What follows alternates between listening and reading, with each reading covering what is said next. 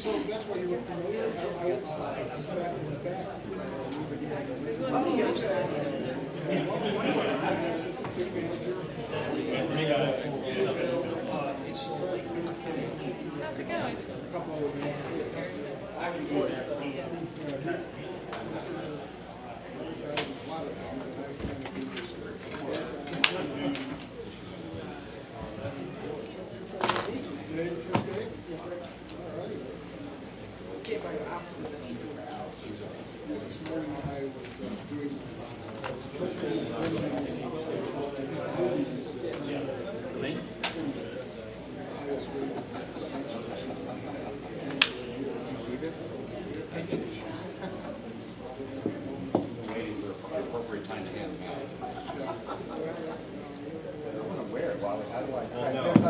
That's the whole point. This is going to be really hard to hang from my...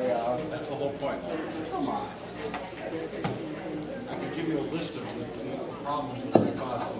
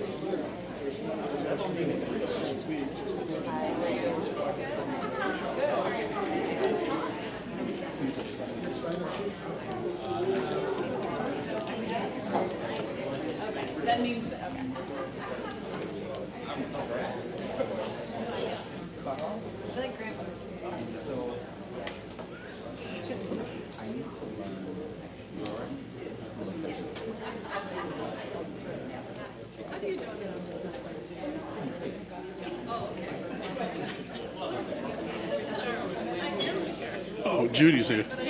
Oh, but did he turn them on?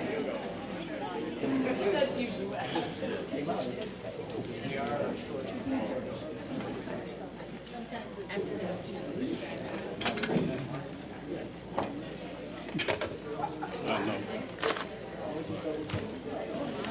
City Clerk, would you call the roll? Alderman Nguyen. Alderman Wilson. Alderman Holmes.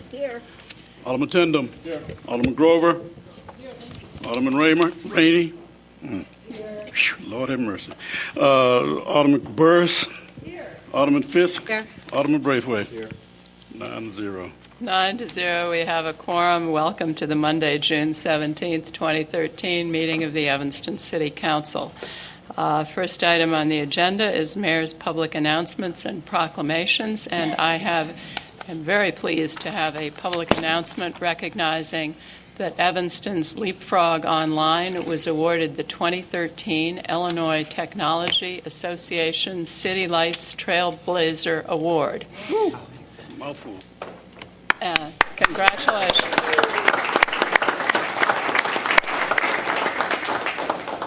This distinction recognizes Leapfrog's innovations in digital marketing as well as its success in helping brands generate increased sales across all customer marketing channels, including PC, mobile, tablet, or at retail outlets. Leapfrog Online was one of 5 finalists in this competitive category that recognizes the company that has developed and/or introduced an ingenious, non-traditional, and innovative way of doing business or creating culture that has produced significant value and growth for the company. With Fortune 500 clients in the financial services, telecommunications, automotive, home services, consumer packaged goods, and educational industries, Leapfrog Online is one of the largest digital marketing companies in the United States. We are proud to be Leapfrog's Online's home since its founding in 1995 and will continue to help nurture their growth here, as recently demonstrated with their expansion, a word I love to use, on Greenwood Avenue along the CTA tracks to accommodate 120 full-time staff. So would Scott Epscamp and Randy Waite come up? I have a certificate, an Evanston Award of Excellence for you.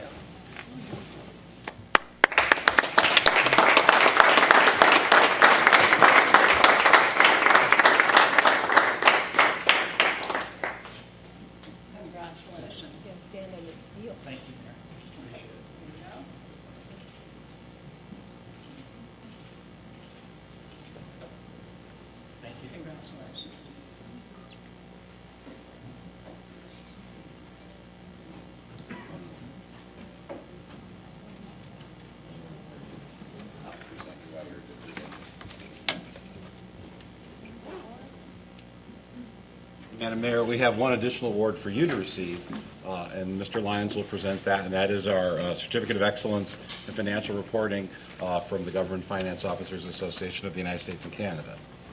I think that award goes to Mr. Lyons more than to me, but thank you. You're the mayor. It comes to you. And good evening, Mayor Tisdahl, Alderman, Clerk Green, Manager Bobkowitz, Marty Lyons, CFO and Assistant City Manager. I am here tonight to present it's a mouthful, the Certificate of Achievement for Excellence in Financial Reporting for the City of Evanston.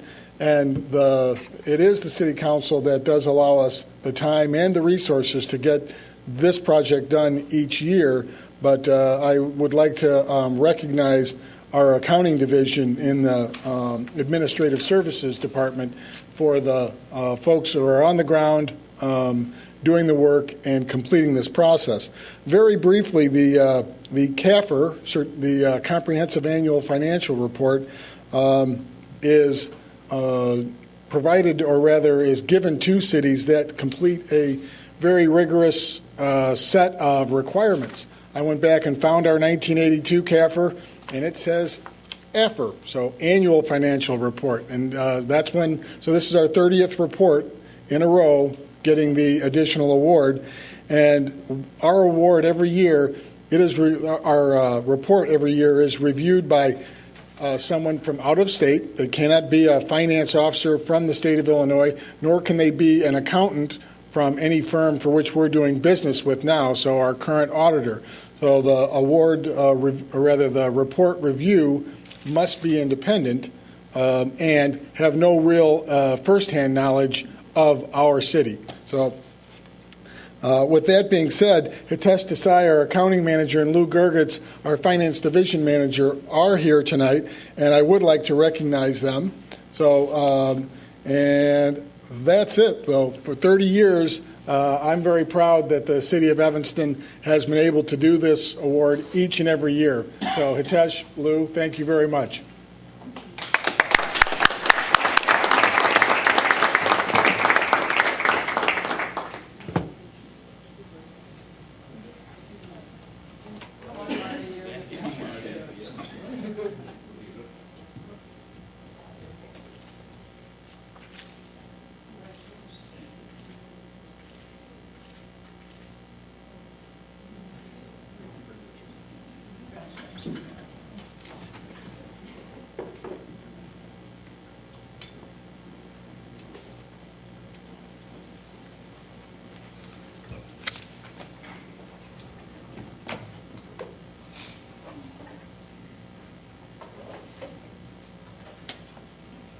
And I did want to congratulate the League of Women Voters for a wonderful celebration of 100 years of women's voting that took place at the Francis Willard House on, I believe, Friday. And also Tiffany Hill for the Day Coleman Foundation kickoff event in the rain at Mason Park, and it was wonderful in spite of the rain.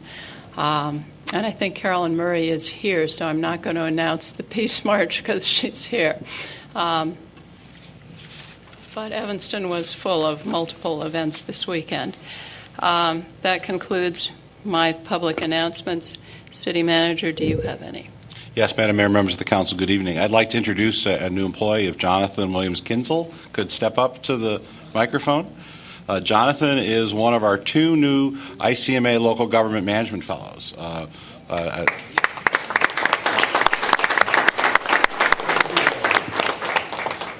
This year, in addition to the position in the city manager's office, we've also converted a position in our community and economic development department. So we'll have 2 fellows. Jonathan is arriving today. Our second fellow will be here with us on July 1st. Jonathan comes from a very distinguished university. Mr. City Clerk, what's the name of that distinguished university? Bowie State University, Bulldogs. So Jonathan comes to us having just completed his master's in public administration from Bowie State University in Bowie, Maryland. He has a Bachelor of Science degree in business administration from Alcorn State University in Lorman, Mississippi.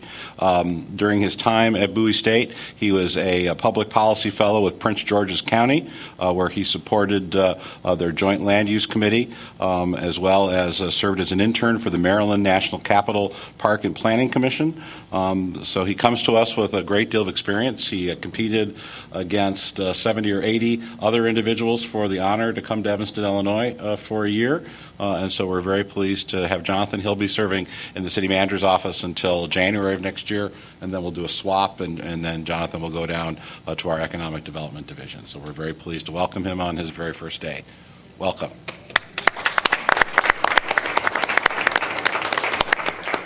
That concludes my announcements. Thank you. City Clerk, do you have communications? No communications, Madam Mayor, but welcome a fellow Bulldog. I knew you weren't going to miss that. Next on the agenda is citizen comment. You each have 3 minutes. Please give your name and address. Junad Rizki, Ann Berkeley, and Judy Kemp are first.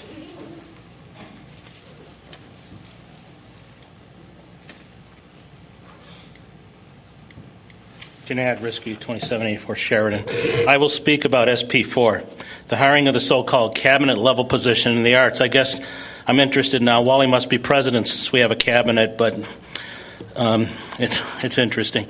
The position represents a 0.2% property tax increase. Small, yes, but not insignificant. It is very unclear to me what this position will actually accomplish, other than to give Wally justification, possibly to misuse some more city funds, such as using our parking funds on the Piven Theater. The Evanston Arts Center cannot even pay the rent for the Harley Clark Mansion. It pays $1 a year. So I don't understand how these are economic development vehicles. The Lit Theater project at $1.7 million did not work, and they couldn't even not do the deal at $600,000. So this position is not an economic development position. Why do we need to pay someone over $80,000 in the salary and benefits to tell us how to spend more taxpayer money? At a minimum, this should be a contract position. Wally claims there's money in the budget for this position. That needs to be questioned. If Wally, it took us well over a year to hire a chief civil engineer here that we really needed. So that's a $120,000 position that wasn't filled. What's really going on here, if there is money, it's just unfilled positions. And if we're going to eliminate one of those unfilled positions, then we need to know tonight what unfilled position the city is going to eliminate. And really, this should be open for budget discussion. Since the budget starts in a couple months, this item should be put up there and evaluated and determine what position you're going to get rid of if you're going to have a new position. So finally, I think if we have the time here to spend on the arts, and Wally wants to be Lorenzo Medici, maybe he better spend some of his time on something I think is more important that I keep talking about, and that's water sales. As you know, I've FOIA'd the city and received over 100 pages on the water sales.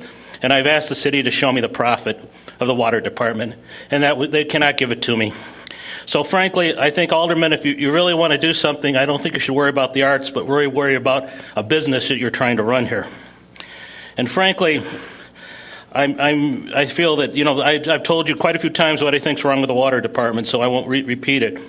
While Evanston's financial position is not as bad as Detroit's, which is selling its art center and all the assets, we recently have been talking about selling our lakefront parkland because we can't maintain it. So I think we have some very conflicting issues here that some of you need to start to address. If we have problems, why do we need to hire another position if we can't even maintain the public buildings in this town? So I think there's really very unclear messages coming to the taxpayers. I feel there's a great deal of mismanagement fiscally here that needs to be discussed. Thank you. Thank you.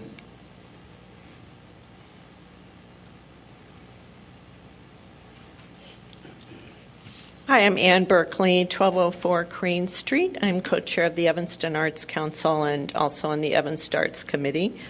First of all, I want to thank the City Council for your continued support of the arts across the city, and especially of the Evanston Arts proposal. Thank you for funding that. I think it's going to help us move forward with a strategic plan. And I want to thank City Manager Wally Bobkowitz for his support of the arts and for making the proposal. I'm speaking of SP4, the approval of the initial implementation of the Evanston Arts Report recommendations.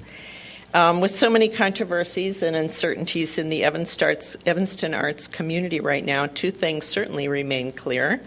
First of all, we are blessed with just an abundance of talented artists and people who care so passionately about the arts. But it's also clear that Evanston art scene is in kind of a disarray and greatly in need of focus. Evanston needs a mission for the arts, a long-range strategic plan to develop the arts as an economic driver that it could be and should be. A plan which will guide us to being proactive rather than reactive to crisis. A plan which will bring direction and unity to the many disparate voices that are now being heard. The city's manager's proposal to hire an arts coordinator goes partway toward achieving that goal. But I wonder if a coordinator with a salary of $50,000 plus would be strong enough to bring about substantive change. The Evanston Arts Report refers to the need of an arts czar type of position within the city government, implying a more powerful position.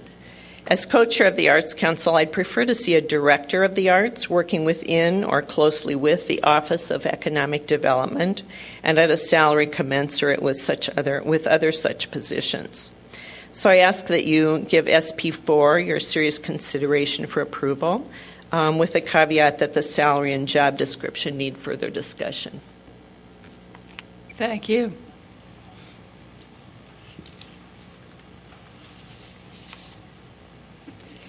My name is Judy Kemp. I live at 1026 Forest, and I chair the Evanston Arts Initiative. I'm here to speak in support of the proposal to recruit and hire a cultural arts coordinator.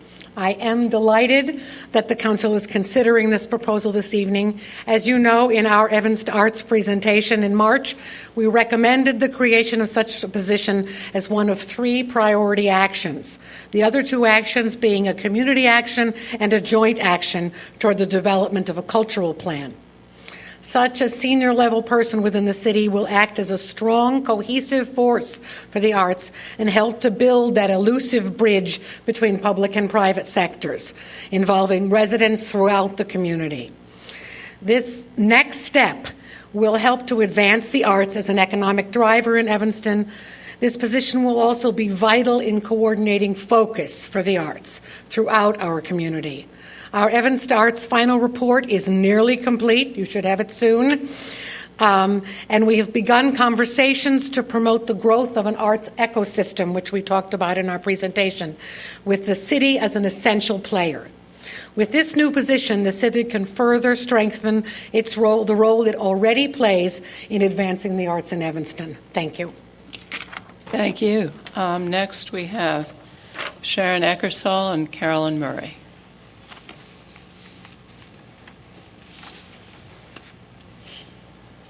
Good evening, Sharon Eckersall, 2519 Ashland. I'm here to address the township budget.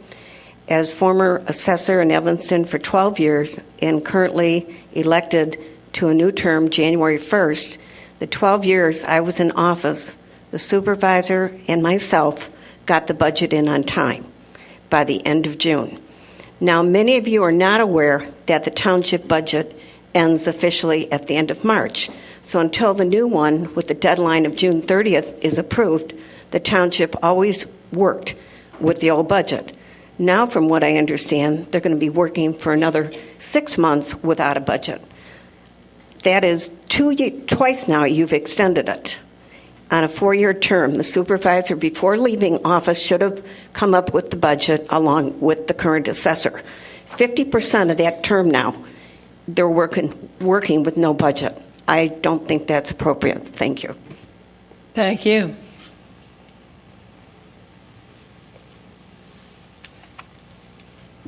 Carolyn Murray, 1930 Gray. Thank you, Madam Mayor, for the prelude to my personal invitation to the City Council for an event that, on behalf of the Volunteer Community Committee, has helped me plan, which consists of Janet Alexander Davis, Pamela Wells, and Phoebe Bradford and Cheryl Brown. We have extended this invitation for the prayer march and rally on June 22nd, this Saturday, at the Faith Temple parking lot, which starts at 11 o'clock. We've extended the invitation for prayer to over 77 churches in the Chicagoland area. And we will then pray together as a community with the clergy that are present and march over to the peace rally, which we have planned and primarily with the youth at District 202 and 65 for a rally which includes confirmed as of yet over 17 non-for-profit organizations. The Youth Job Center for Jobs for those youth who express interest in finding work, both YWCA and YMCA, and the Salvation Army, some of the bigger of the nonprofit agencies that have confirmed. We're still awaiting more confirmations every day. However, we are very excited to get this community project moving forward. And again, I would extend this invitation to all the City Council members, and I appreciate your presence and thank you for your time. Thank you. And I'm sorry I'll be out of town. All right, that concludes citizen comment. City Manager, special orders of business. Mayor, members of the council, certainly the question of police presence and keeping Evanston safe has been on the minds of many individuals around the community over the last several months. Over the last several weeks, I've asked Police Chief Richard Eddington to take a look at the makeup of the department, the deployment of the department, and to see if there are opportunities for us to make some adjustments to better meet the needs of the community. Chief Eddington is here this evening to provide an update on those discussions and perhaps cover a few additional matters. Chief Eddington, good evening. Good evening, Your Honor, Alderman, Clerk Green, City Manager. The City Manager's comments provide a unique prelude to what we're going to chat about briefly this evening. And the only reason I say briefly is in case there's another Hawks fan in the audience. I'm not sure. We'll check later. There is. I'll speed it up, Your Honor. I am pleased to represent the men and women of the Evanston Police Department tonight as their spokesman for their efforts and their commitment to service. But behind those men and women, there are a number of unsung groups that are kind of behind the scenes, and I wanted to mention one of them tonight. The Evanston Police and Fire Foundation is concluding their first inaugural golf tournament as a fundraiser for the police and fire departments. Those funds are directed into extra levels of services like the File for Life and support of the K-9 unit in the police department. So I want to thank that executive board, especially James Gordon, for putting that together and appreciate the commitment that the citizenry has to the department. Also on the dais this evening, you'll see some mementos of the 150th anniversary of the Evanston the city of Evanston. These mementos were put together by Commander Jay Parrott, and I think it symbolizes the traditions we have of striving for improvement in conjunction with all parts of the city council and other departments to enhance the quality of life and the level of service in the city. My comments tonight need to be made in context. First of all, I'm pleased to report that crime is down 6.8% year to date. That's 157 Part 1 crimes down to 129. That means there were 57 less victims. And that is critically important to how we measure ourselves and measure our success. Some of the other efforts that the department is involved in is a mentoring program at Evanston Township High School. We have approximately 10 officers that volunteer their time to engage in this contact with youth to break that barrier that from a very, very traditional authority figures to the young men and women that will literally be taking our places in the years to come. We also engage in outings with the Moran Center, and I think this is particularly unique because, to be perfectly blunt, we're the intake system for the Moran Center. These are young men and women that we have put into the criminal justice system, and we continue to make attempts with those individuals to bring a personal side in a dialogue between those at-risk youth and the members of the police department. I've recently had to make some comments about stop and frisk, a significant policy departure for the Evanston Police Department. In that comments about stop and frisk, that has already resulted in some benefits. The net unit has had several discussions with the individuals that they focus their efforts on, and their response and comments to the net unit was, we know we're going to get searched all the time. Now, what does that mean? In one small part, we've accomplished a fraction of our mission, in that if they know they're at risk for carrying illegal guns, they won't carry them. That should drive down the numbers of shootings. And so even in that small step, comments followed up by some assistance from Sheriff Dart and his gang unit, we are making progress in those areas.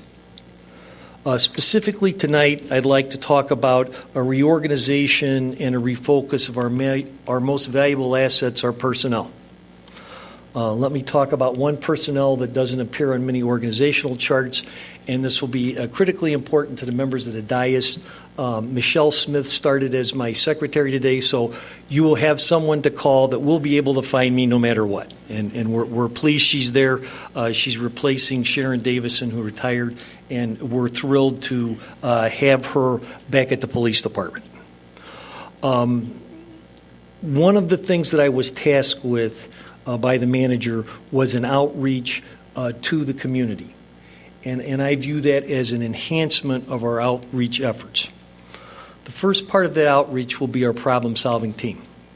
I have with me tonight Commander James Pickett. James Pickett will be taking over command of that unit. Commander, if you'd stand up.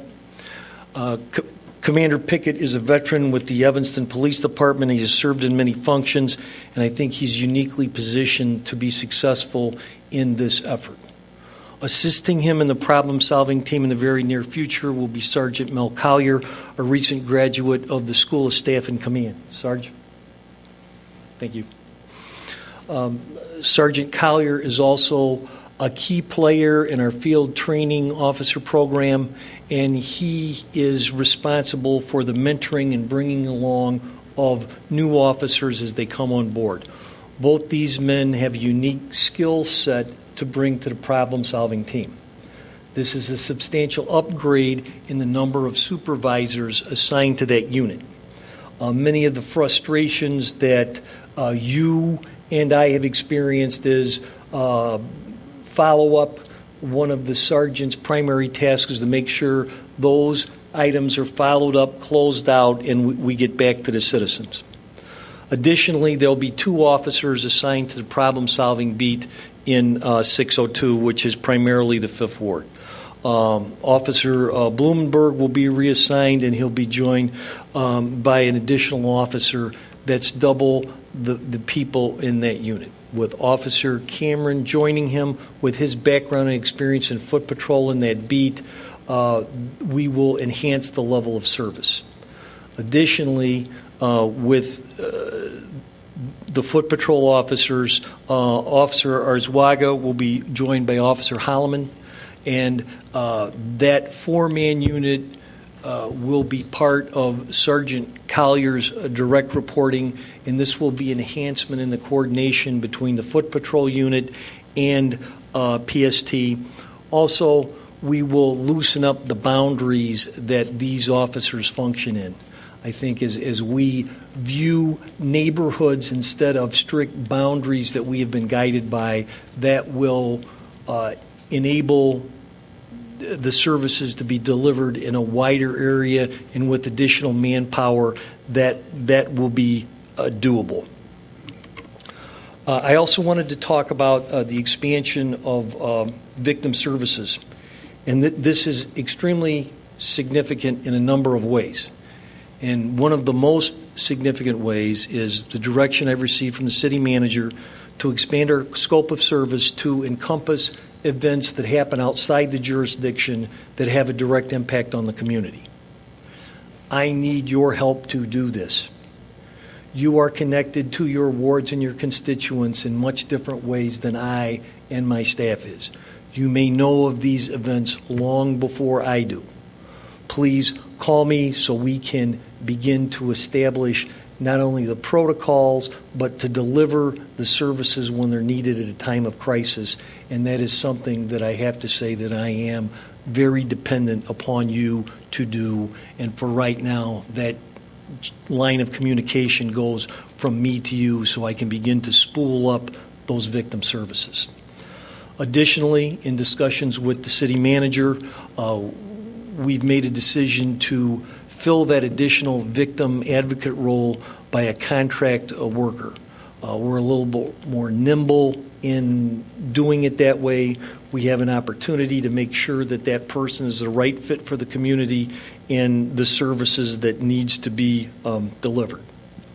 Additionally, that victim advocate will work closely with YOU. The city manager and I have had an extensive meeting with YOU and fielded their concerns about a higher profile police presence, and the use of stop and frisk may result in more youth contacts, and they are welcoming us into their organization to begin to explain that and explain to their clientele the impact of those police actions and the appropriate way to deal with those police actions if they feel they have been inappropriately treated.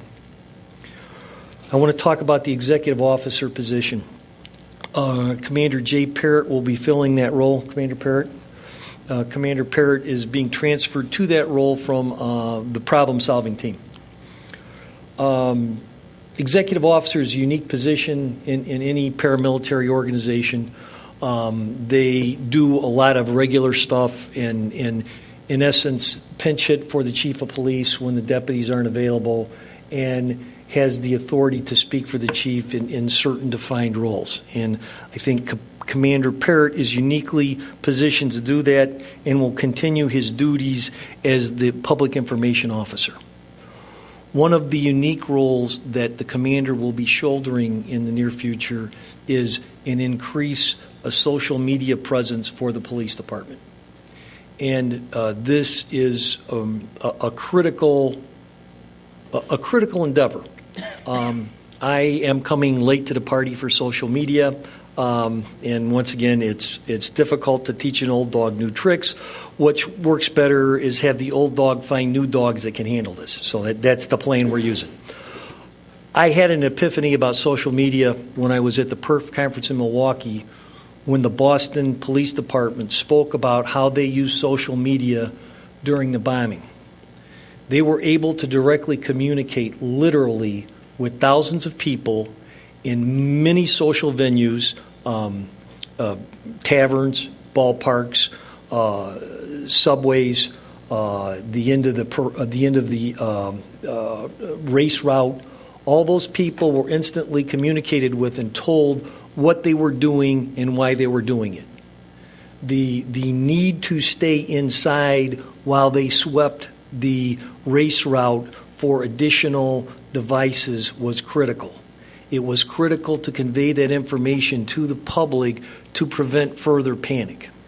And I think that we are on the cusp of being able to do that, and I think with Commander Parrott having the time, his ability, and the leadership position to install that in the police department, we will be, if not on the cutting edge, close to the cutting edge of using that technology in a mid-sized city. I want to mention also we engage in activities with the cooperation of the citizenry that have long-term effects. We'll be engaging in our second gun buyback the 29th of this month. Now, I'm enough of a realist to know that there's not going to be ne'er-do-wells, gangbangers, and other people standing in line for their $100. I'm a realist. That's not going to happen. But what is going to happen is those individuals who are uncomfortable with the gun that they've inherited from a family member, decided that they don't want it, don't really have a good idea what to do with it, we have provided a legal option for turning in that firearm. Once we do that, there are downstream benefits. Modern firearms are amazing devices. This one that I'm carrying right now, I can drop in a dresser drawer. If it doesn't get wet and doesn't get rained on, it's good to go for the next 20 years. And so what we're doing is attempting to subtract those loose firearms from the social equation. And so, you know, Rich Eddington's granddaughter's not going to find this 20 years from now. There's a place to dispose of this weapon legally if you choose to do it. And so we are preventing those guns becoming burglary proceeds and vehicles for a tragedy in the future if individuals are disinclined to have them. And so we've invested in those over-the-horizon events to make a difference in the community. I want to talk just briefly about the police fleet. I want to recognize Director Robinson and Lonnie Jinke, who's here tonight, who are invaluable in how we develop those fleet plans. They are our partners in this acquisition, and this is significant in my mind in many ways.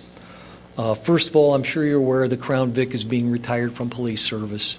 They're being replaced by primarily Ford Explorers, and about 1 in 5 of those purchases will be a Chevy Tahoe. That's for our two-man units, for certain beats run 2 men, and also when we're engaged in field training. Quite frankly, that vehicle is more useful for two-man patrol, and it's more useful for prisoner transport when we need to get people off the scene. Let me make a couple of comments about the Ford Explorers. These are 6-cylinder vehicles with high-performance engines that save an incredible amount of gasoline and save about 20% per mile, and they also reduce greenhouse emissions by about 15%. And so as we roll that fleet into better technology, there's also a green component to it as we go about it. I want to talk about the armored car just for a second. This has performed even beyond my expectations. Detective Brian Bartz is an electronic wizard in setting this up. Our ability to view those cameras remotely and have that device on station with or without staffing for an extended period of times is quite a boon. One of my favorite stories that Detective Bartz has told me, he was out picking up the truck so we could recharge the batteries. Somebody came running up to him and said, "What are you doing?" He goes, "Well, we got to charge up the batteries. We don't leave the truck running, it runs off batteries. The camera's doing." He goes, "Okay, how long does that take?" He goes, "It takes about 6-8 hours, somewhere in there." And the citizen said, "Well, then it's coming back, right?" And so the citizens realize that this is having an impact on their neighborhood. It's having a positive impact on their neighborhood, and they want it back after that servicing. Also, we're in negotiations with the local firm to have solar panels installed on the roof of the vehicle to extend its loiter time, where we can put it out there longer without having to bring it back to be recharged. Also, there's 2 new electric vehicles donated to the police department by the Cherry Foundation. You'll see those on the 4th of July. His generosity has again contributed to our ability to be green and have vehicles that are non-traditional, can work neighborhoods, the lakefront, and every place in between to make us more approachable and more available to the public. The last thing I want to mention about the fleet is after this 4th of July, we will begin to retire the police command van. It is an expensive item, and I think that a combination of the armored car and the Ford Expedition, we can replace those functions without a major capital investment in next year's budget. So, and we have waited till now to roll that concept out because I am thrilled at how well the armored car has worked and how well it's been received in the community. That concludes my prepared comments. If you have any questions for myself or my staff, we'd be happy to try and answer. Thank you very much. Thank you, Your Honor. I appreciate the time. And Chief Eddington, happy birthday. Thank you very much. Thank you.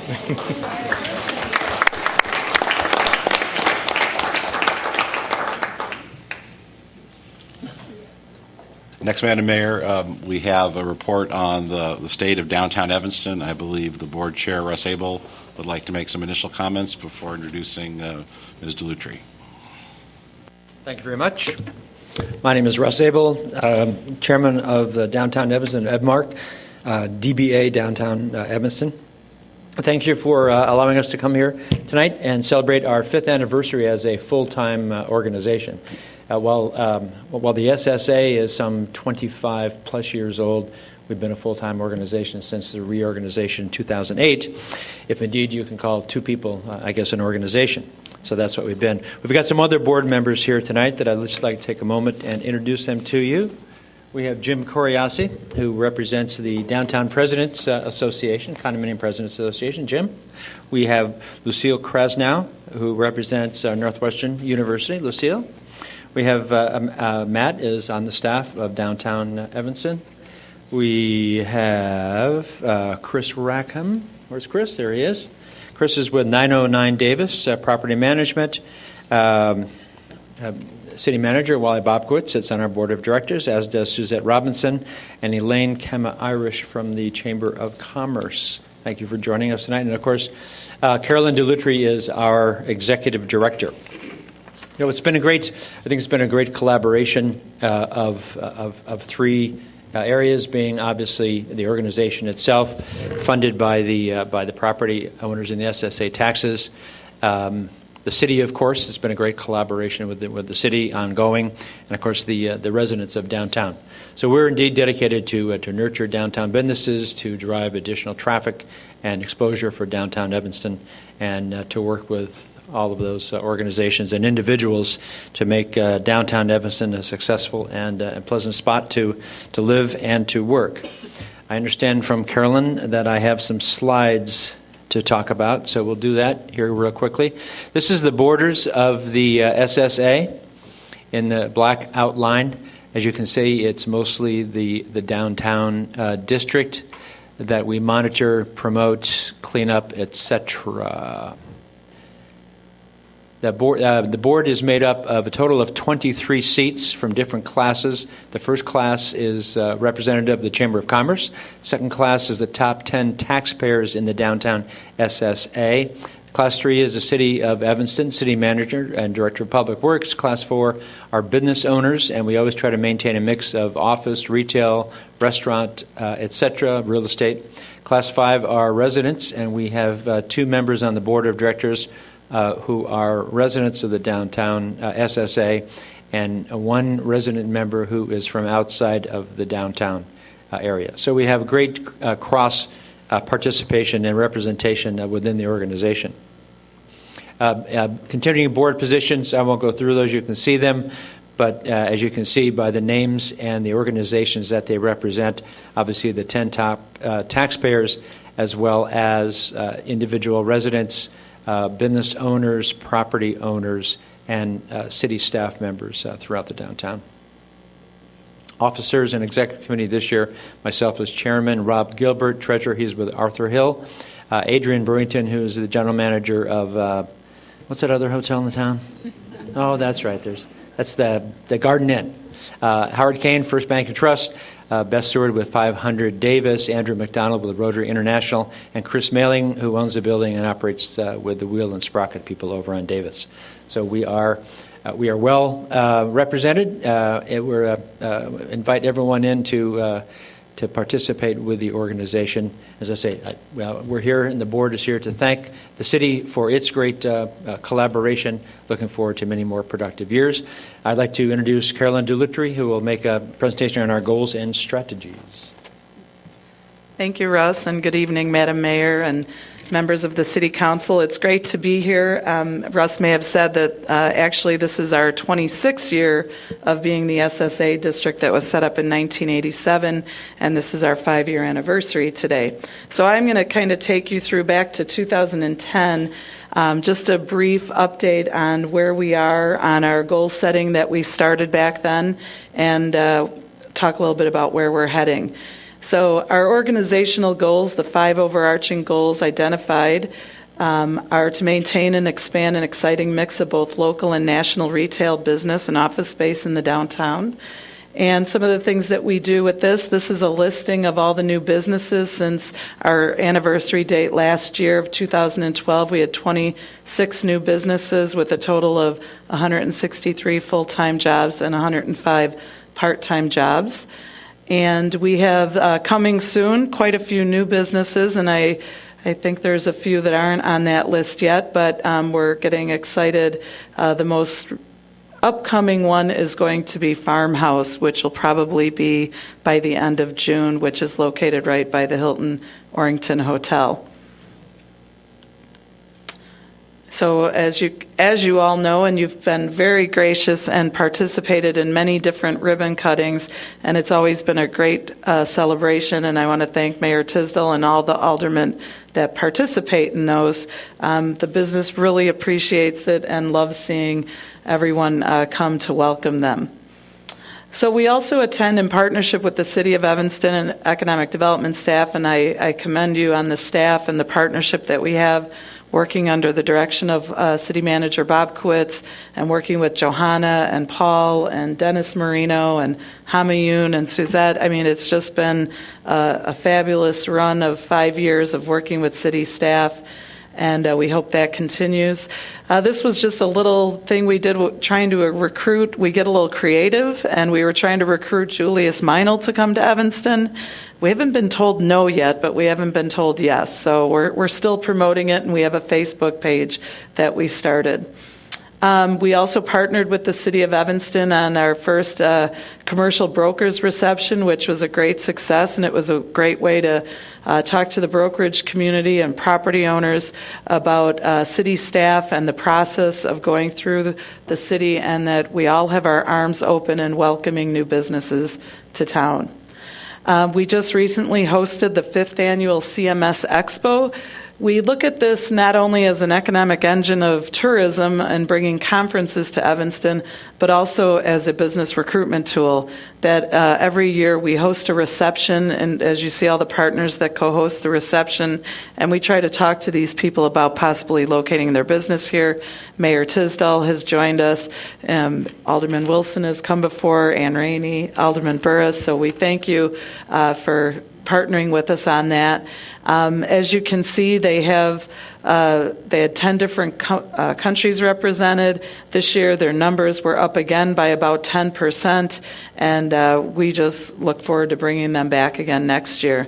This past year, we had the first annual Maker Fair that was run by the Incubator and Technology Innovation Center.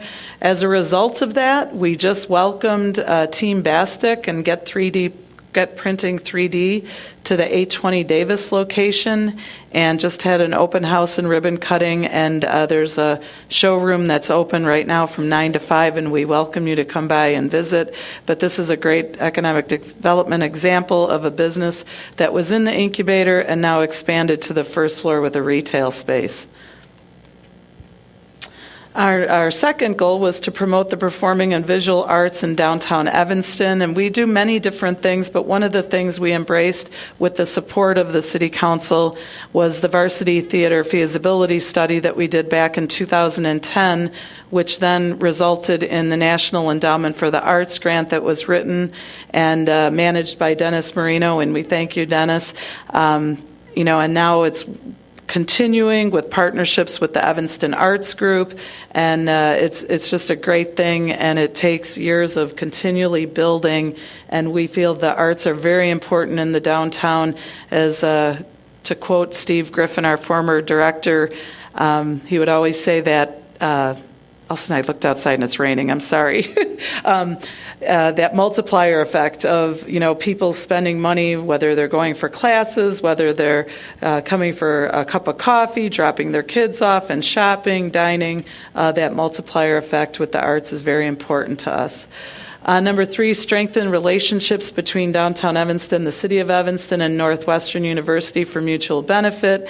That continues to grow. It's great to work. Lucille's here from Northwestern, and the partnerships with the city and the different departments. I can just continue naming people: Catherine Hurley, Joe McCrae. I mean, it's just been great work to work with in partnership. We continue with our Big Bite Night, which last year we had record-breaking numbers. It's the first week when freshmen arrive back in town, and we have about 35 restaurants that host some type of food in their restaurant for the students to sample, and it keeps growing, and we want them to feel welcome. Another example of a great partnership was this new idea that the mayor said it was okay if we didn't something new.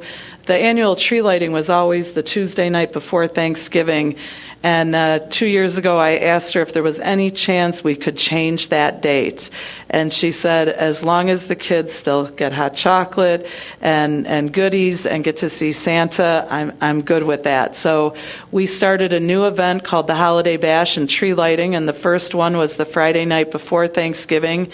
We chose that date because it's the day before the Magnificent Mile Parade in Chicago, and what really turned out very interesting was people who were staying in our hotels for going to the Mag Mile Parade came in on Friday, stayed in our hotels, and so they almost got a double event. They had the Holiday Bash in downtown Evanston, and then they went to the Mag Mile in downtown Chicago on that Saturday, but stayed in our hotels. So it was a great event. You saw Dick Peach as Santa. We had many different volunteers in the office.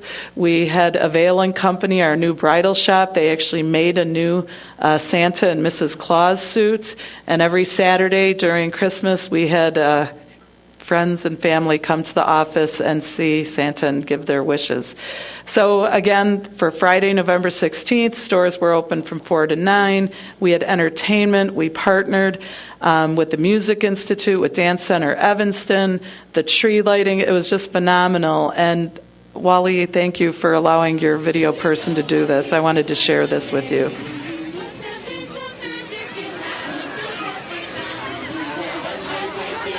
We're here at Fountain Square tonight for the first annual Holiday Bash and tree lighting ceremony. We are overwhelmed by the turnout. We did a lot of marketing to make this event happen. The grand entrance was bigger and better than ever with the mayor, the fire truck, and Mr. Claus and his bride. We got to ride the fire truck with the firemen, and we were with Mayor Tisdahl, and she was looking very snazzy too. Merry Christmas, everybody! Merry Christmas! They had to work their way through the crowd to light the tree, so it was quite exciting.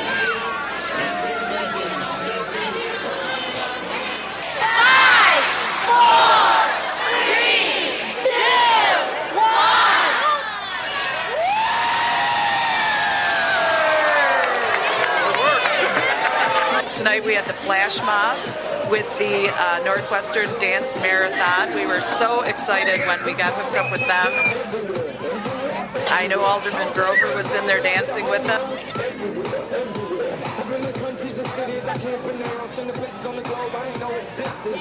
It's amazing how everybody came together.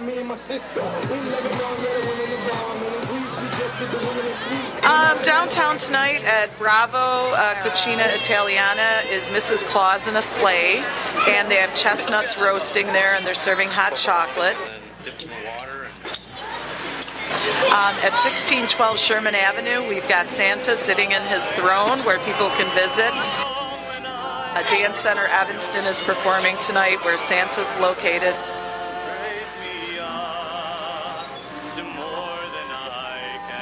Santa and I are just really glad to be here in downtown Evanston, celebrating the start of the Christmas season. Merry Christmas, Evanston. Happy holidays. Merry Christmas, Evanston. It's going to be a great year, and wait till next year. We're going to have more surprises.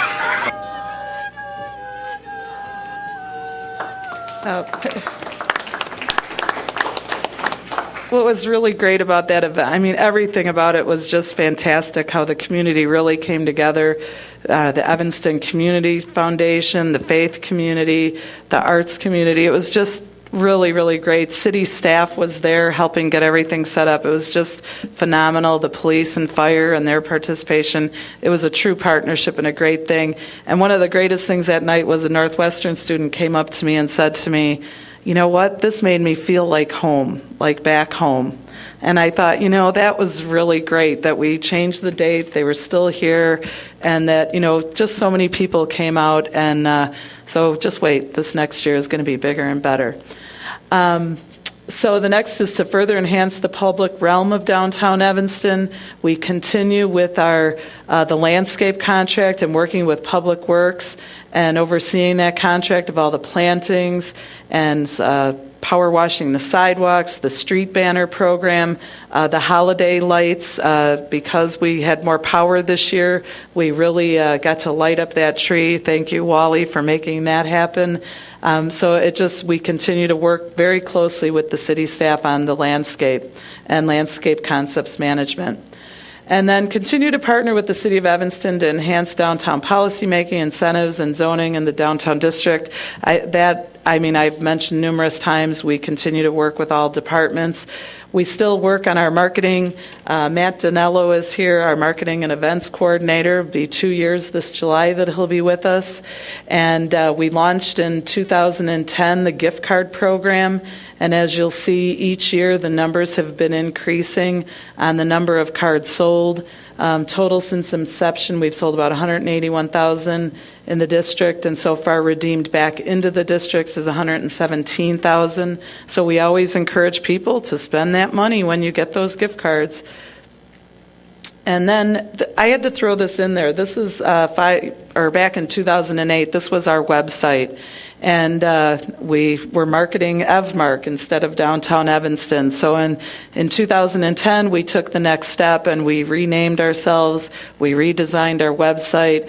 We have features on there for economic development that brokers can put their information and have a commercial property listing. We work closely with the city staff. Businesses looking to locate here can fill out a form which sends to us. We've got information for visiting here, living here, and it's just an all-around site that people go to. And as you can see, our web statistics continue to grow. We're very active on Facebook and Twitter and have a lot of followers on that as well. Our mobile app was launched in 2011. We did just go through a revamp, and so we were at over 12,000 people having the app on their phone, but we had to have an upgrade done, and so we're actually starting over again with getting people to click on it and update their app. So, but there's new features to it. The estimated spent since April 2013 is over $6,000. There's participating businesses of 113 and redemptions of 1,519. So we're continuing to market the mobile app and their perks. We started tracking in 2012 when we located to 820 Davis Street how many visitors were coming into our office. And as you can see, those numbers continue to grow. We know that the next week here in June with Northwestern graduation will be very busy.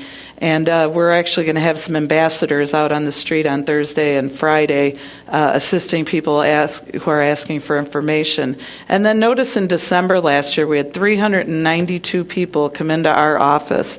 So it's a continual thing of people coming into our office asking for information.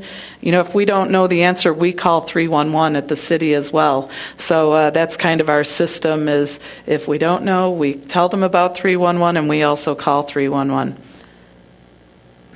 Our downtown directory, we revamped that back in 2012, I believe it was, and changed the format. But this year, we just, at your place settings and at the back table, we have a new hotel map that we didn't have anything like this, and I was recently traveling over Christmas and realized, I checked into hotels, and the person at the front desk would put this flyer up on the desk and mark on the map where I could go.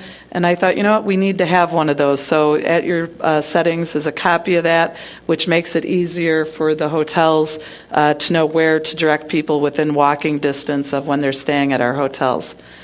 And we had our first annual wedding walk this past year, huge success. Avail & Company was the one business we needed to complete our wedding cluster. And so we now are marketing downtown Evanston as a place to have your wedding and buy everything you need to go along with that. Today I got an email from someone that's having their wedding at the Orrington in September. They have 300 guests coming, and 150 of those guests are going to be staying for numerous days. And they wanted our business directory. So, having a new niche of really promoting the wedding market is another important component, along with the conferences and the conventions coming to Evanston. With conferences coming here, really, if you look at any of the other North Shore communities, they don't really have a great downtown, a lakefront city, transportation and access to Chicago. And so we feel that between weddings and conferences coming to Evanston and really focusing on that, it can help with our economic development initiatives. We continue with our events. This was a flyer that we created. Even though some of those events aren't ours, they are in the downtown, and we want to cross-promote because the consumer doesn't care who's running what event. They just want to know what's going on. And so we have Fountain Square Art Festival run by the Evanston Chamber of Commerce, the It's Thursday Let's Dance program, sidewalk sales in the downtown farmers market. This past Saturday, we put 4,500 of these flyers in the Ricky Birdsong Race Against Hate bags to get the word out about all these upcoming events. We continue to do online advertising, and also our dance series is a great program. If you get a chance, please come see us at Church and Maple at the 909 Davis Street Plaza. And our sidewalk sales and art walk for the past 5 years, we've been partnering with the Chicago Dempster Merchants Association, and we continue to do that, promoting 2 business districts for sidewalk sales. And then we recently hosted the International Downtown Association. We had about 120 representatives from the U.S., Canada, London, here talking about arts, economic innovation, and strategic partnerships. Thank you to everyone who helped sponsor that event to make it happen. We've gotten numerous rave reviews. We had a mobile app designed for the conference that you can still download that has information about each of the speakers. And so I always like to thank our staff. We also have had interns this past year. Northwestern and ETHS has been a great partner in having interns working in our office. That's kind of one of my favorite things, to have young people working with us and teaching them about what we do and getting them involved in the downtown district and inviting their friends to come downtown as well. So as you can see, there's our office location. We feel partnerships are key to our success, and we thank you for continuing the relationship, and we enjoy working with you, and thank you very much. Thank you.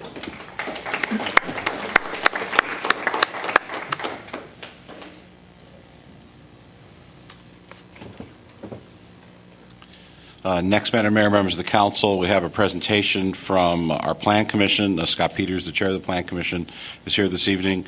The commission is looking at moving forward with revisions to the city's comprehensive plan, and Mr. Peters is here this evening to talk about the initial stages of that process.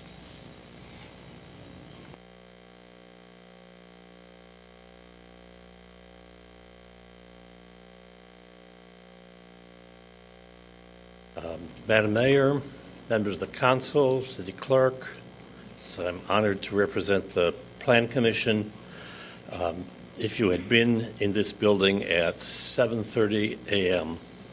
on numerous Wednesday nights in the last 14 months, once or twice a month, you would have seen a subcommittee of the Plan Commission meeting to talk about the comprehensive plan.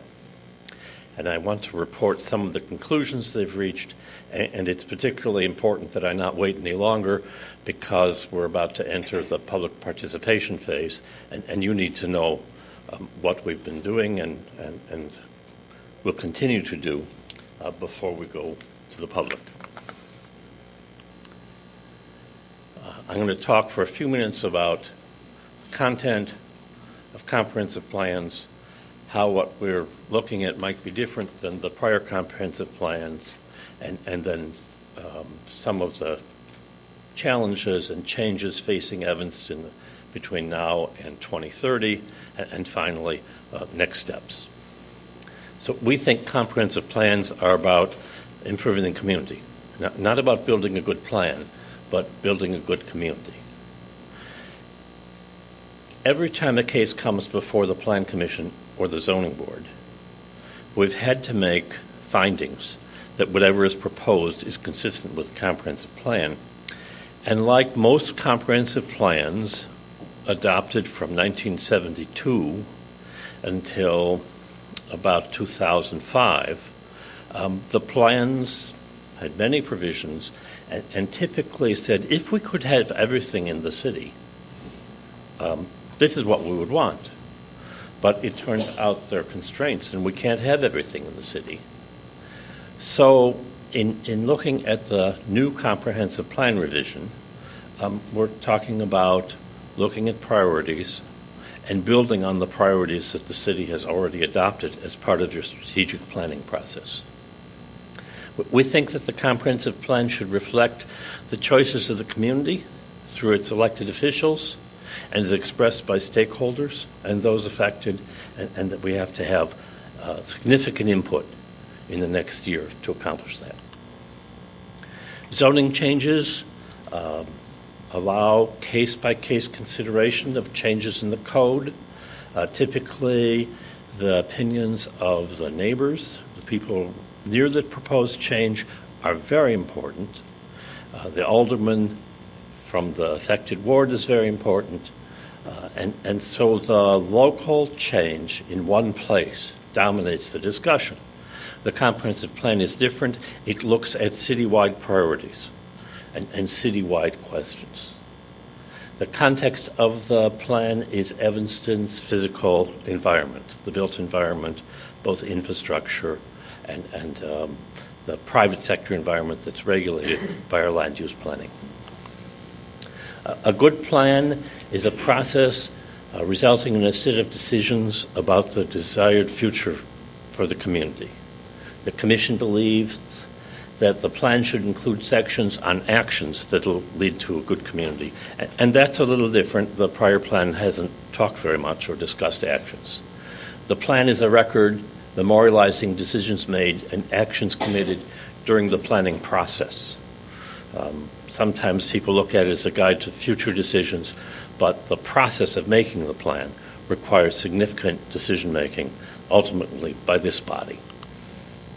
This is the contents from a typical existing plan, and I won't read it to you. I'll just pause for a moment, but you can see it's organized by different urban planning subject areas as if it were a text that we might use in a university planning class. The new plan, we hope to focus on the challenges and issues facing Evanston. We want to look at the expected change in the economic environment, demographics, citizen preferences, and technologies. And we can predict some of what's going to happen in the next 15 years.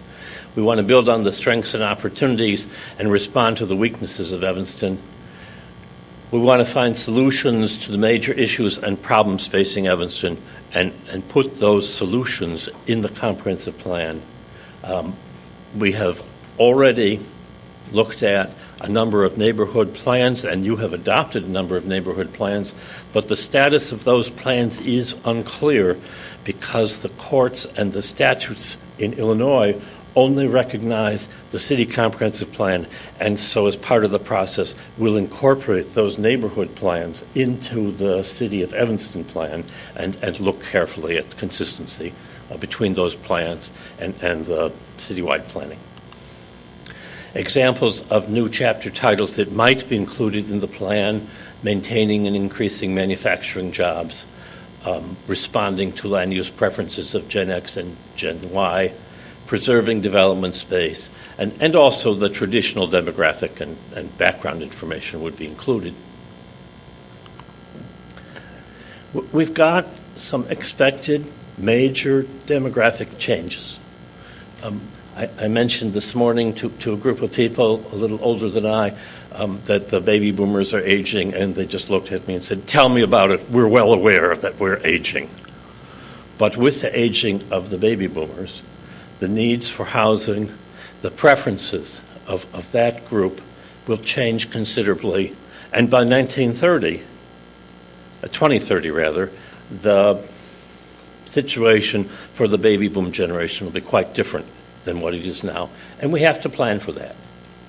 Generation X and Generation Y, the people coming after the baby boomers, have very different preferences than the baby boomers, who mostly wanted the big suburban house, the big lawn, the low-density development, what we might find in Buffalo Grove.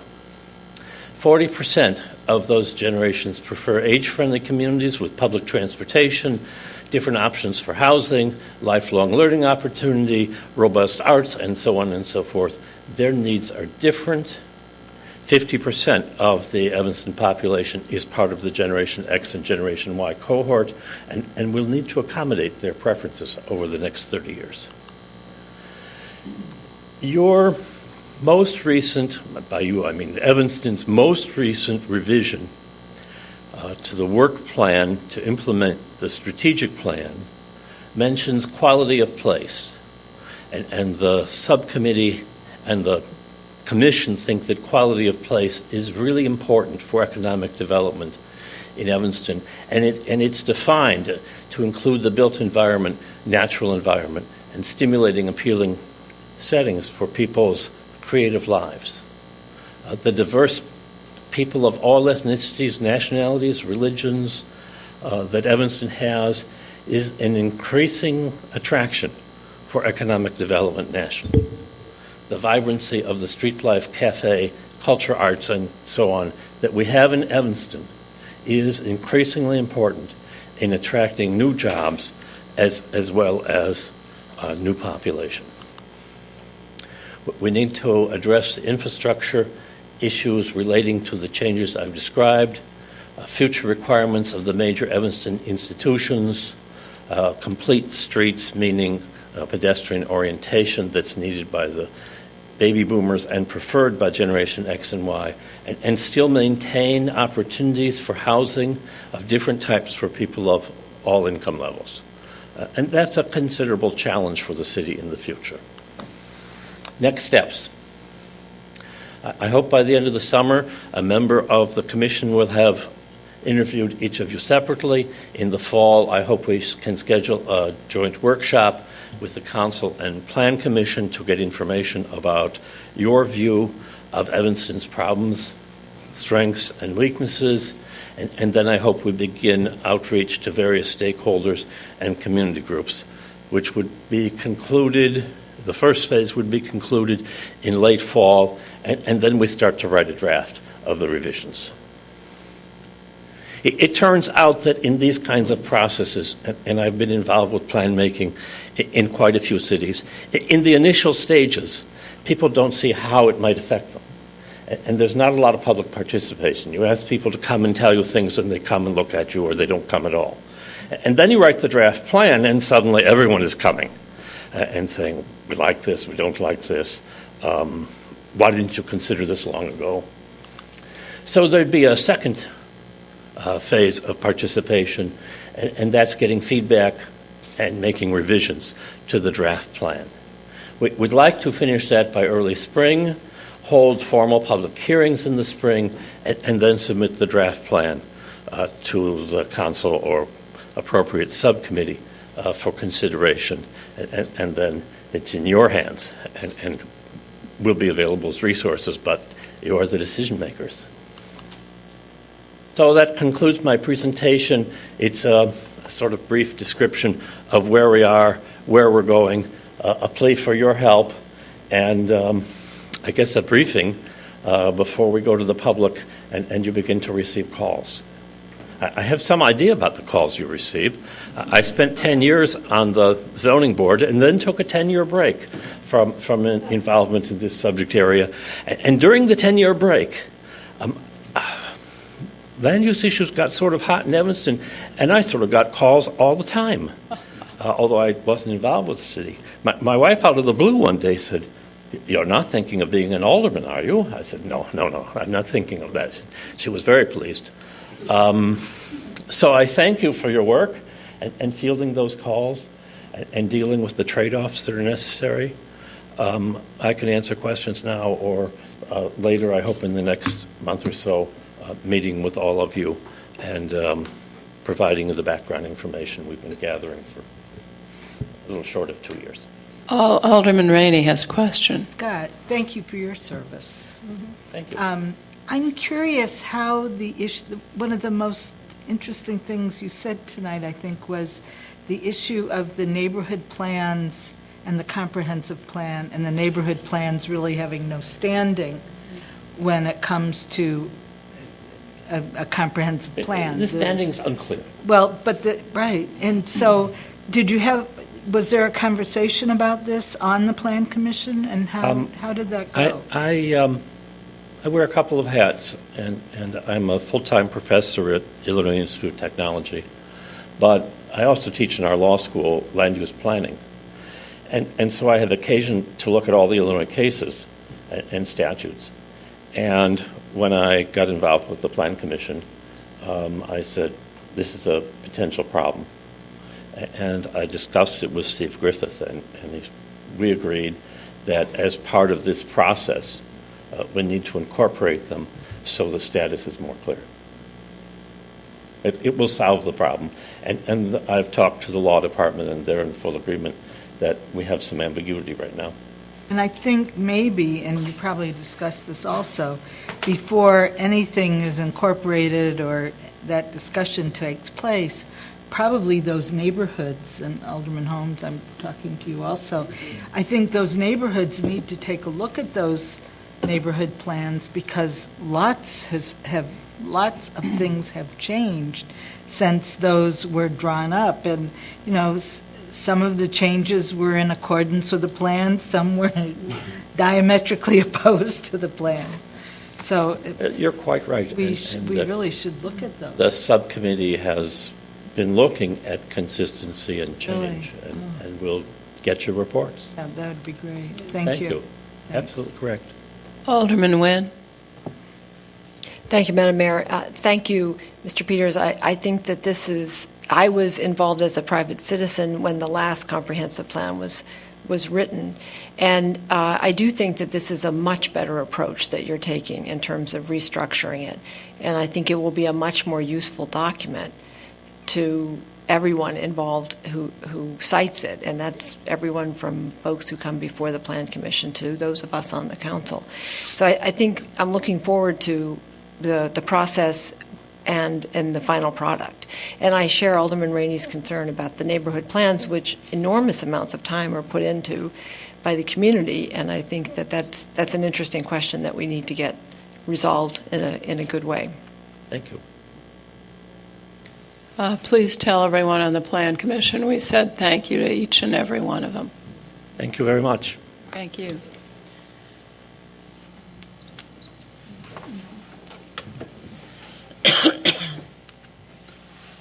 Next, Madam Mayor, members of the council, asking that the council consider approval of initial implementation of the Evanston report recommendations. Staff is recommending that the council authorize me to begin implementation of the Evanston report by recruiting and hiring a cultural arts coordinator reporting to the city manager, working with the Evanston Arts Council and Evanston Steering Committee to recommend to the mayor and city council the structure of a task force to drive research, planning, and implementation of a cultural vision, and to work with the Evanston Arts Council to develop a new work plan for 2013-14 in keeping with the Evanston Arts recommendations. This is a report that you received a overview of back in March, and this would be the first steps. Included in the report were 3 priority actions. First was the creation of a new cabinet-level position in the city to focus on arts sector and economic development. When you look at that recommendation, a cabinet-level position, the form of government in Evanston really doesn't have a cabinet. What we do is have department directors and have direct reports to the city manager.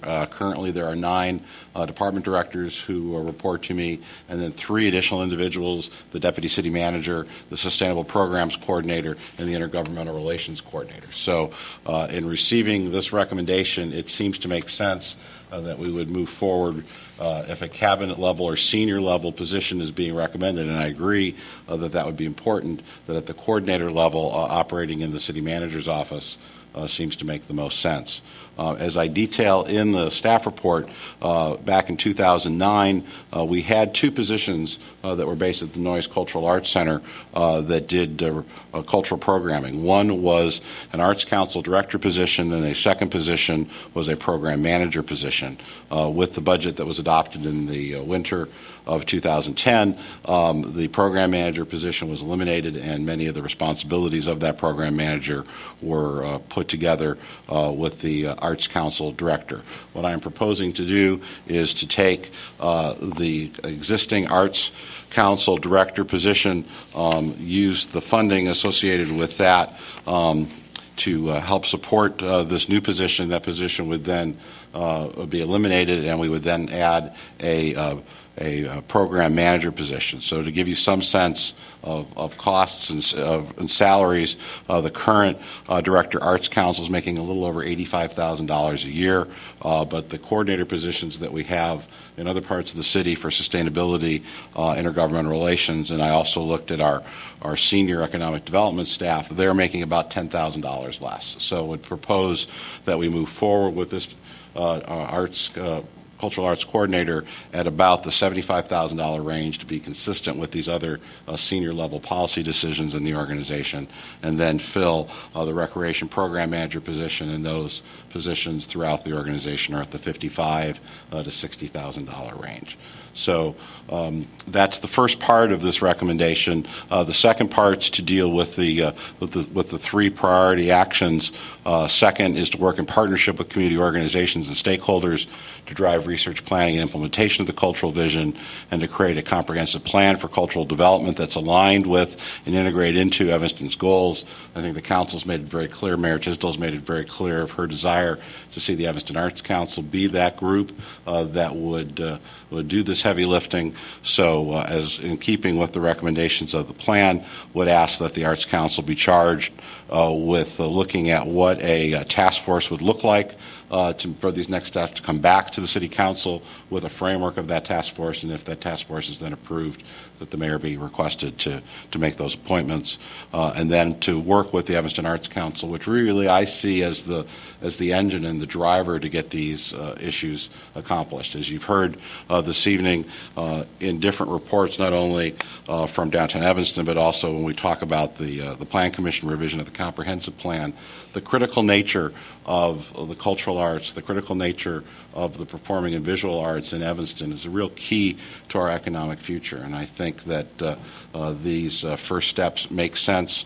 I think there's been concern as to, again, from a staff position, what does a cabinet level position really mean? What it means to me as someone that reports to the city manager, that has the ability to work with multiple departments. The model that I would point to is our Sustainable Programs Coordinator, that the work that she does based in the city manager's office, working with a variety of city departments, working with a variety of organizations, I think has accomplished the council's goals in the area of sustainability, and I think makes sense as we move forward. From a budget perspective, likely this position, if authorization is given, would come on board in the fall. There'd be sufficient dollars available for these positions through the balance of the fiscal year, and this would really then be the first new position in the 2014 budget. As we look toward the 2014 budget and the council begins its discussions, I really do see putting additional resources to the cultural arts as being one of our number one priorities. I think that and additional changes at the police department, some of which you heard outlined this evening, those are going to be the highlights of the 2014 budget as recommended by your city staff. I think those are going to be two priority areas. We've also talked previously about senior programs. You've heard this evening from Mr. Peters about quality of place. Probably the third critical element for our 2014 budget is what resources are we deploying to work on those quality of place issues. So these are economic development issues, these are cultural arts issues, these are senior issues, they're accessibility issues, issues regarding streets. All these things come together, and we're still working on what the best staffing recommendation for that would be, and would come back to you with the proposed budget in the fall. So I think that the spending is very much in keeping with this council's priorities, very much in keeping with my view of what the priorities for the council and the community will be in 2014. A lot of explanation, but again, I think has been mentioned, the arts have been a major point of discussion in the community between the Harley Clark Mansion, between the Noyes Cultural Arts Center, the Piven Theater. There's a lot going on, and I think having a key senior staff person working in my office can only help us as we stitch together these issues and we move forward really to help strengthen and grow the cultural arts in Evanston. Madam Mayor, I'd be happy to answer any questions. Alderman Burris. Yes. Thank you, Madam Mayor. Mr. Bobkowitz, oh, sorry, I meant to turn that off. Mr. Bobkowitz, did you give any consideration to having this coordinator position woven in with the economic development department or division, as to be much more coordinated with that division and work closely with them versus, currently the sustainability coordinator is, and as well as intergovernmental, are kind of, I don't want to say off on their own, but they're a standalone position, and with the arts, that could be more integrated. Alderman Burris, members of the council, I think what I see, especially from the work that the Sustainable Programs Coordinator and the Intergovernmental Relations Coordinator does, because they're based in my office, they're able to be, I think, very effective in working with departments. Certainly, Public Works is a big piece of the work that Ms. Hurley and Mr. Swinkowski do. The ability to work with outside organizations, I think that has helped Mr. Swinkowski with his work with the General Assembly and in Washington, knowing that he is representing this body and representing the city manager's office. So I think there's going to be a very tight integration. The work, Johanna Neiden is here from our Economic Development Division. She has been working very hard on economic development as far as the arts is concerned, but it's a piece of her portfolio. And so I think by having this position in the manager's office, I think that it will allow Ms. Neiden to continue doing what she's doing, work in close conjunction with the position. With that said, I think this will be an evolution, and I think that after a year or two, my hope is that this position really allows the Arts Council to grow, and perhaps the position goes with the Arts Council as a separate entity over an extended period of time. Perhaps it goes to economic development. Perhaps it goes back to Parks, Recreation, and Community Services. But I think at this juncture, given the critical nature of the work, the manager's office is an appropriate place. Alderman Tandem. Thank you, Madam Mayor. I agree this is a good step, but I do have similar concerns as many, or a few that spoke tonight, that this person we're expecting to really pull things together is really someone that has quite a bit of experience behind them. And not just working with city and other departments, but really working with the arts community and those corporations and individual funders who are patrons of the arts and who have or typically need a lot of stroking, a lot of cultivating, and I think it's a lot to ask from one person of medium or whatever management level that we're indicating with this proposal. So I do have some concerns, but I suppose too this person can grow, and we can also, as you said, in a couple of years redefine this position. But I don't know how much we're going to get out of this person in the short term. And again, Alderman Tennant, thank you for your comments. I look to some of our incumbent positions, and that's, I think, where my recommendation comes from, that the seasoned professionals that we have working on intergovernmental relations, economic development, sustainability, I think the salary range is commensurate with the work that we're looking to do.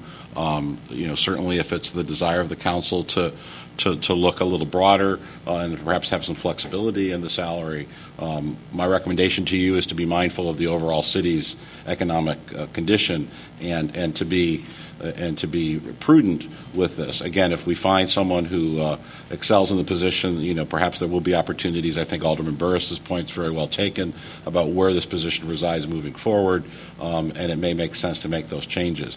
I personally have devoted almost 3 years of my time as your city manager to a lot of these issues, so I'm fully committed to working very closely with this individual personally to make sure that they have the right connections. I would include the arts community in the selection process of this position.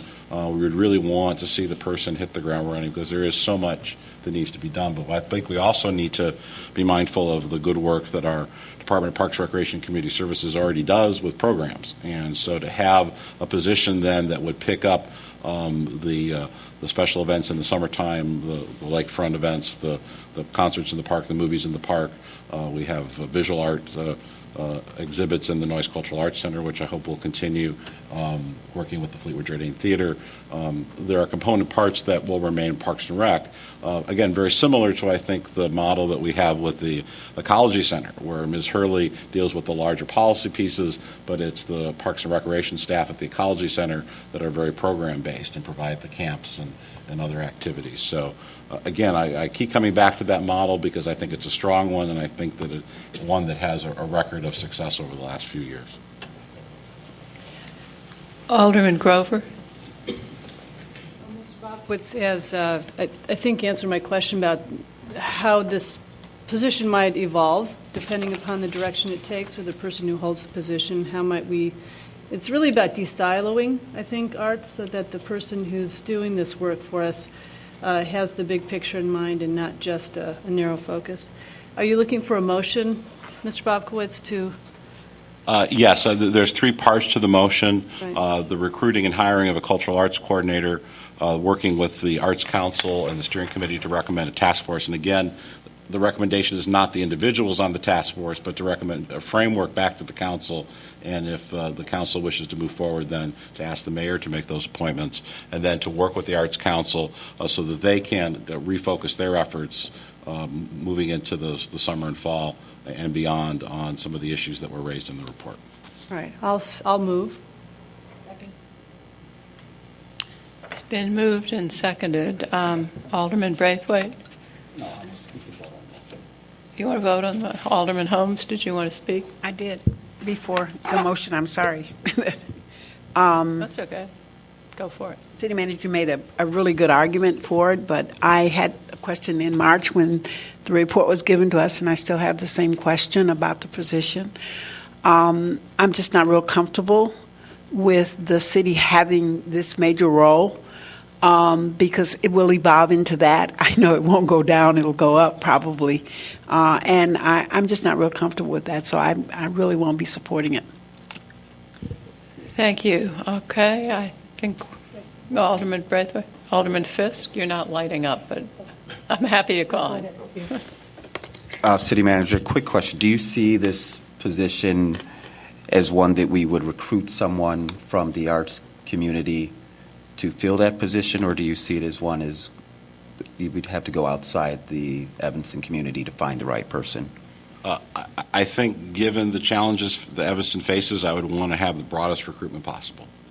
I mean, we should have no short of the, one of the more creative minds that are doing this kind of work, and if that person is in Evanston, hooray. If that person resides elsewhere, I think we need to be open to bring them to the community if they can demonstrate an understanding of the issues we face. And Madam Mayor, if I can just perhaps respond to Alderman Holmes's point, I think that we need to be mindful, as I think we have with the sustainability program.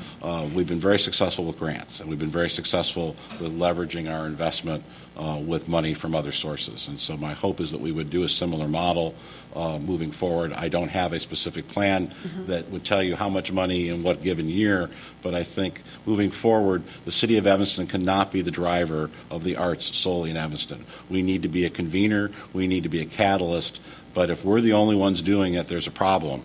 And I think what the Evans Arts exercise showed is that there are hundreds of members of our community from all corners of our community who think the arts are important. Now our challenge is to harness that and hopefully have some folks put their advocacy where their money is, or the money where their advocacy is, so that we're not relying on this. And I think the report really showed that the Evanston community doesn't want to see the city in this role. I think we've been a de facto because there have just not been efforts to raise revenues. But I think as we move forward, it has to be part of a model because the resources we would need to do this properly are beyond the reach of the city of Evanston. And I understand that, and I hear you. But remind me, before we hired Ms. Hurley, didn't we already have a grant? Didn't we have a grant before? It was before we hired Carolyn Colopy, who came before Ms. Hurley. Yes, right. I thought we had a grant first. Julie Hamos got us a grant. All right, correct. That's what I thought. Thanks. I'm sorry, Alderman Fisk. Thanks. You'll have to yell at me and wave or something if the lights aren't working. I guess I saw this as pretty straightforward, Wally, until you started talking about programming.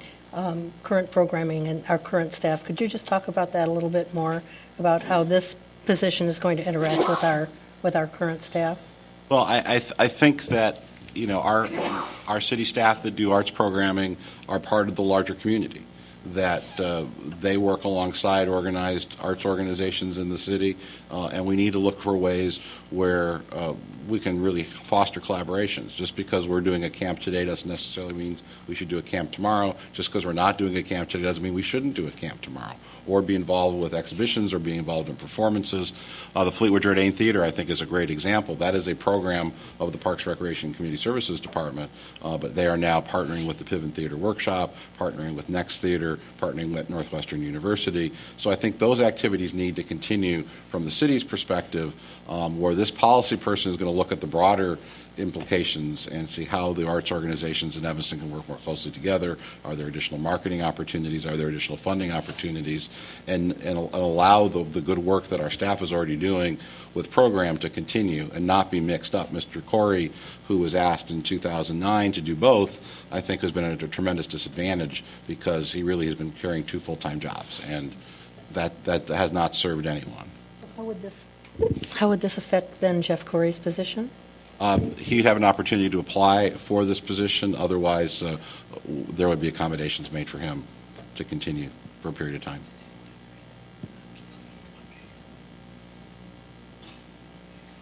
Oh, no. I'm sorry, the city clerk was asking me. I don't think we need to vote on the deployment report or the state of downtown Evanston. I think it's just to receive the... Yeah. Okay. But we will have to, we will have to vote on this one, Rodney. All right, does anyone else have anything they want to say before we vote? I have one question, City Manager.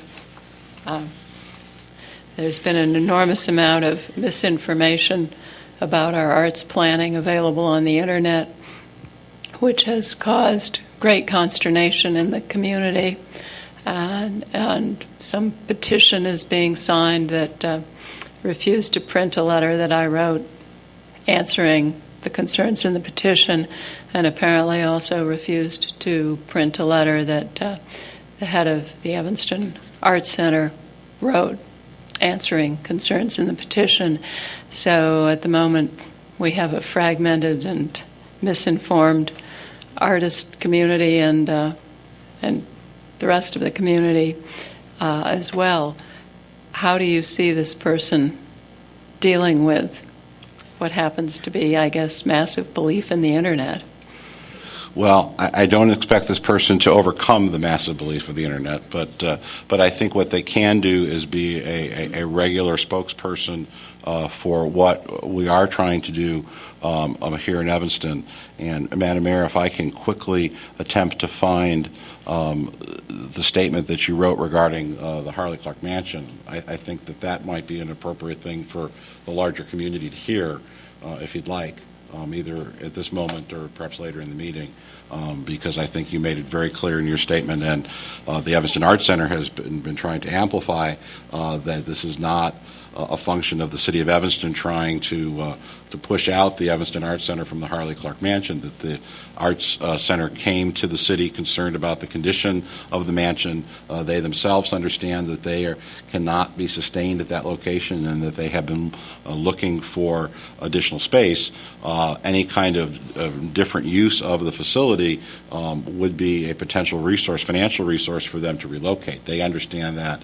The city council has talked about that previously, so that any changes to the Harley Clark Mansion are not to the detriment of the Evanston Arts Center, but rather really a vehicle to perhaps be helpful to them to survive long term. And I think for whatever reason, as you say, Madam Mayor, that has gotten lost in the shuffle here. And it also, I would like to fall on my sword and say that I solicited bids for a bed and breakfast at the Harley Clark Mansion because the Art Center needed the money to relocate and because we were not able to spend enough money to $2.5 million to fix the mansion. So it was public spirited of those people who responded to respond.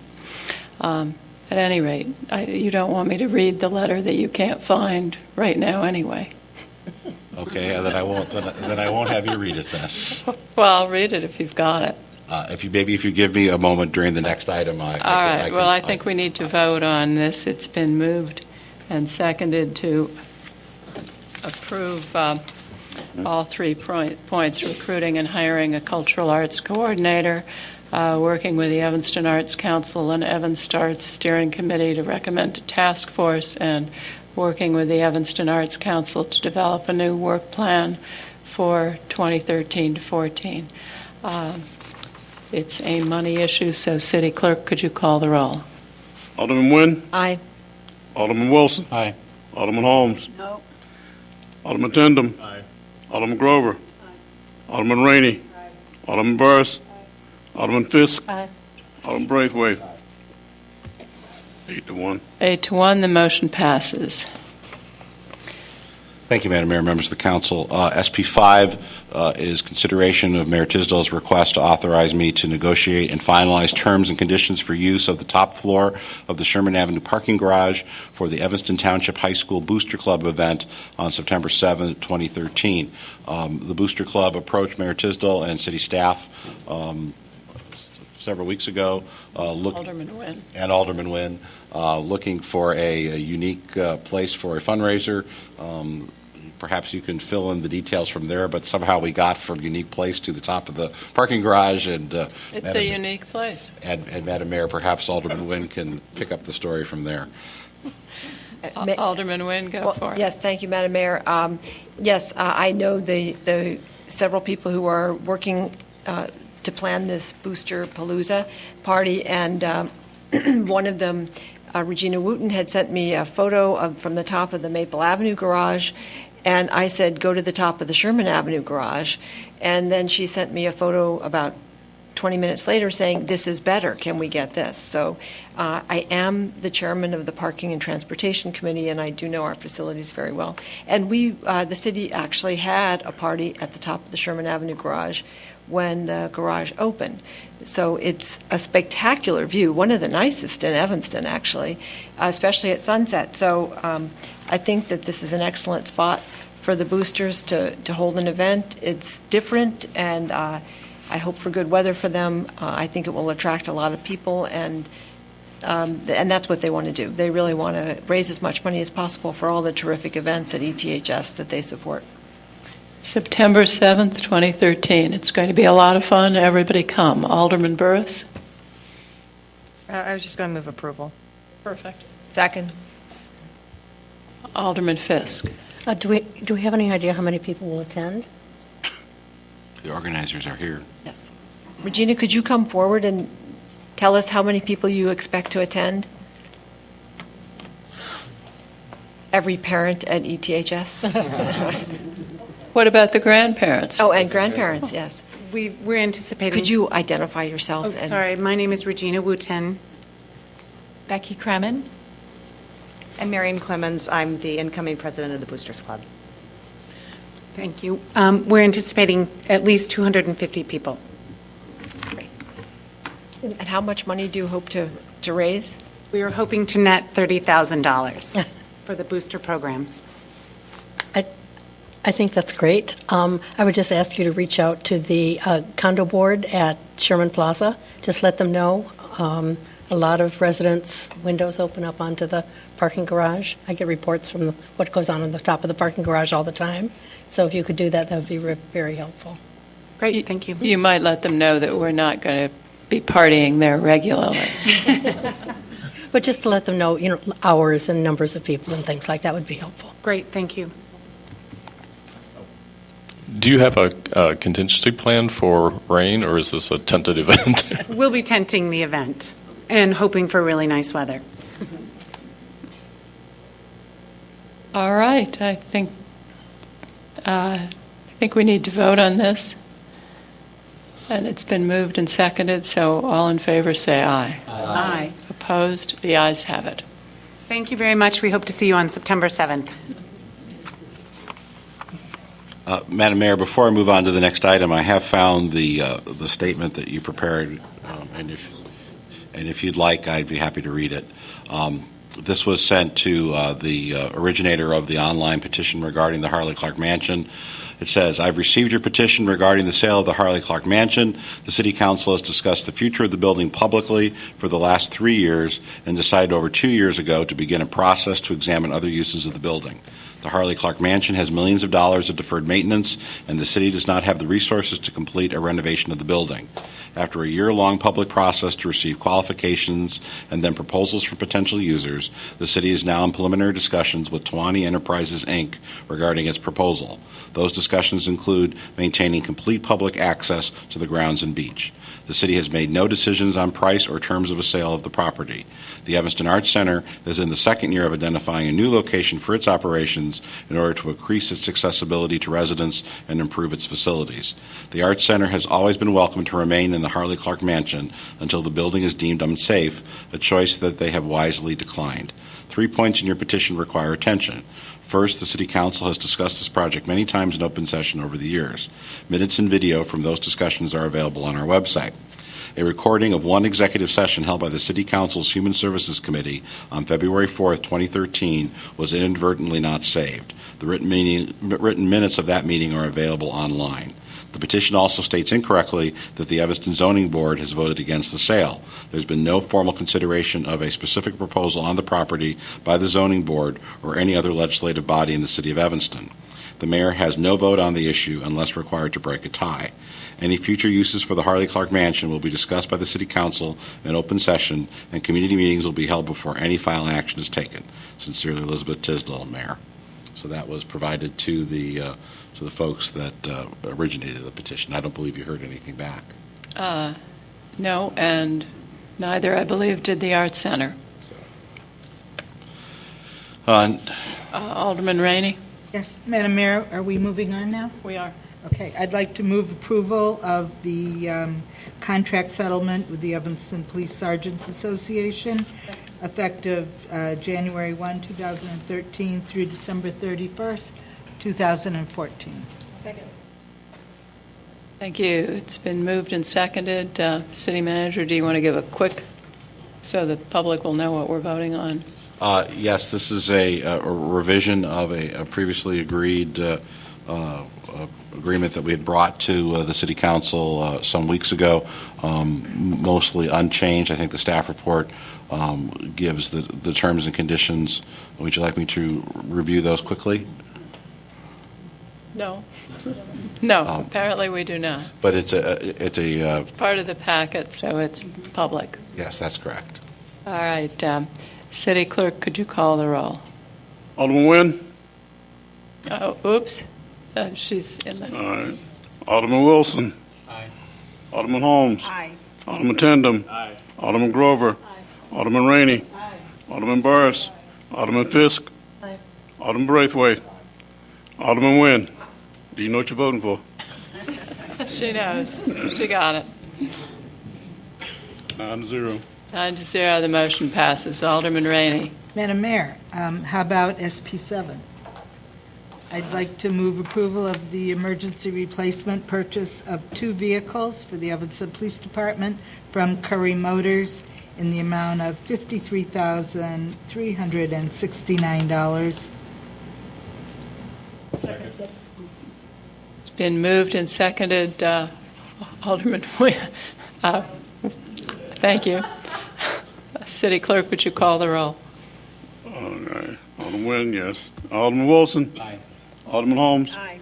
Alderman Tindem? Aye. Alderman Grover? Aye. Alderman Rainey? Aye. Alderman Burris? Aye. Alderman Fisk? Alderman Braithwaite? Aye. 9-0. 9-0, the motion passes. Alderman Rainey. Madam Mayor, I'd like to move approval of street furniture and amenities for Davis Street.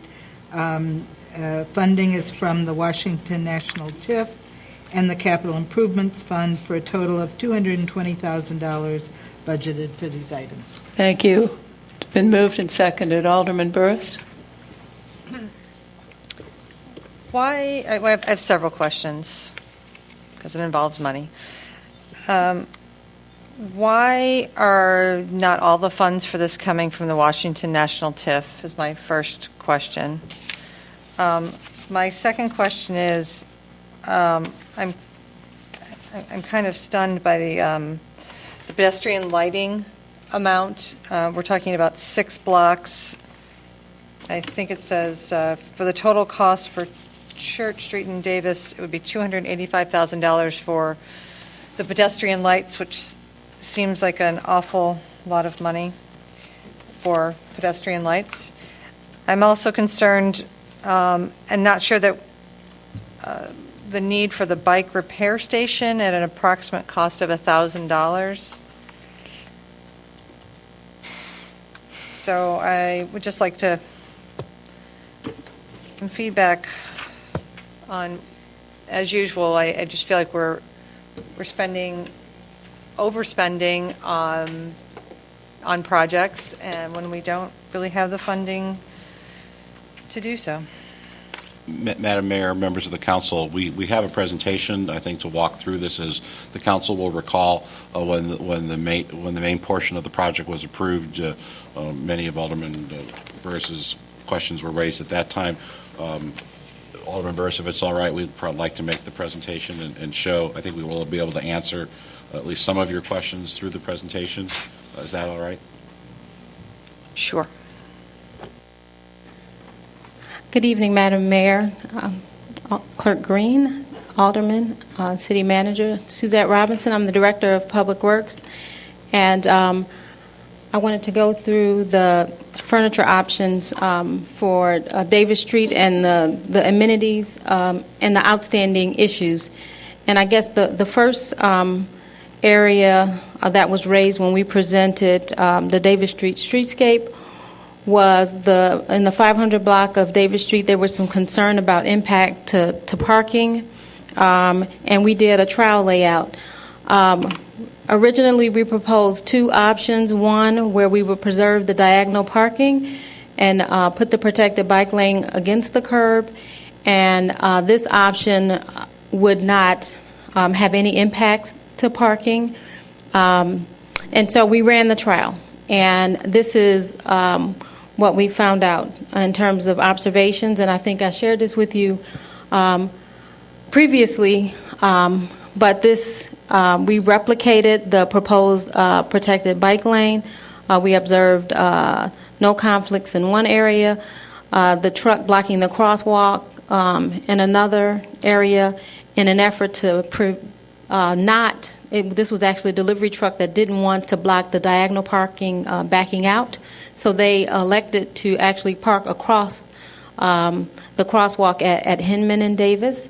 And then you have a FedEx truck which is parked in partially blocking the through lane, and there's parking to the right, and then the diagonal parking which cannot back out because the FedEx truck is actually parked there. So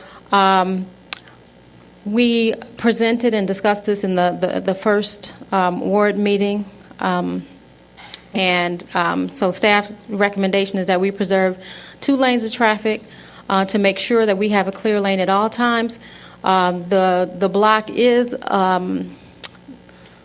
there's a lot of double parking that occurs in the block anyway because of the food pickup and that occurs. And so the recommended layout would be to eliminate the diagonal parking so we can preserve the 2 lanes of parking and install the protected bike path. And the impacts of this would be a net reduction of 2 parking spaces. As you can see, we added a parking space on Chicago Avenue, highlighted in yellow up at the top. And then we added 4 parking spaces on Hinman, which are already there and functional. And then we also were able to make some adjustments to the layout and add additional spaces so that the net impact is -2. One of the other issues that was raised during the presentation was the pedestrian lighting and the cost of the pedestrian lights, and I think there was even a question about the need for pedestrian lights. So as you can see, the first option that we have there is the Church Street light and the cost of that light. And so what we put together are some other pedestrian light options. And so we wanted to see your impact and if you liked one or almost liked one, or if you basically what your recommendation would be in terms of going forward for pedestrian lights. So we have these here and then these options here, and all of them would be actually painted the bronze or dark brown bronze color that we have in the downtown area. And so just to kind of give you the impact. So the lighting that we put on Church Street is spaced 15 to 20 feet apart. And the limits of that project were for only 3 blocks. Those 3 blocks were actually all in the TIF area. And the cost with installation was just under $2,000. We installed 90 lights for a total of $171,000. So that project was already done and completed on Church Street. What we're proposing on Davis Street is to increase the distance between the lights. And the Davis Street project covers 6 blocks. 2 of those blocks are within the TIF, and the other 4 are outside. So that's why you see the cost split between the 2 areas. And we're proposing 150 lights. And if we picked one of the lower cost options, it would be $180,000 for 150 lights. And if we use the same light fixture that we used on Church Street, the cost would actually be $285,000. So our recommendation is that we select a less expensive light fixture and that we increase the spacing. Excuse me, Director. Yes. Alderman Nguyen has a question. I don't want to interrupt during that. Oh, okay. Go ahead and finish then. Okay. So moving on to the bike racks themselves, which is the other element of the street furniture. We installed bike rack. That's the parallel bike rack are the bike racks that we installed on Church Street, and they cost $300 each. The traditional bike rack, which is on the right, is the loop bike rack that you originally saw through the downtown area, and that cost is $250 per bike rack. And then we have the alternate parallel option, which is the bike rack in the middle, and it actually shows bikers which way to park and attach their bike to the bike rack. And that's for $350. We also have been asked by the public, they have asked for bike repair stations, along the routes. So we just are proposing to add one on Davis Street. This would be near Turin, or it's actually not Turin anymore, is it? The Wheel and Sprocket bike shop, and the cost of that is about $1,000.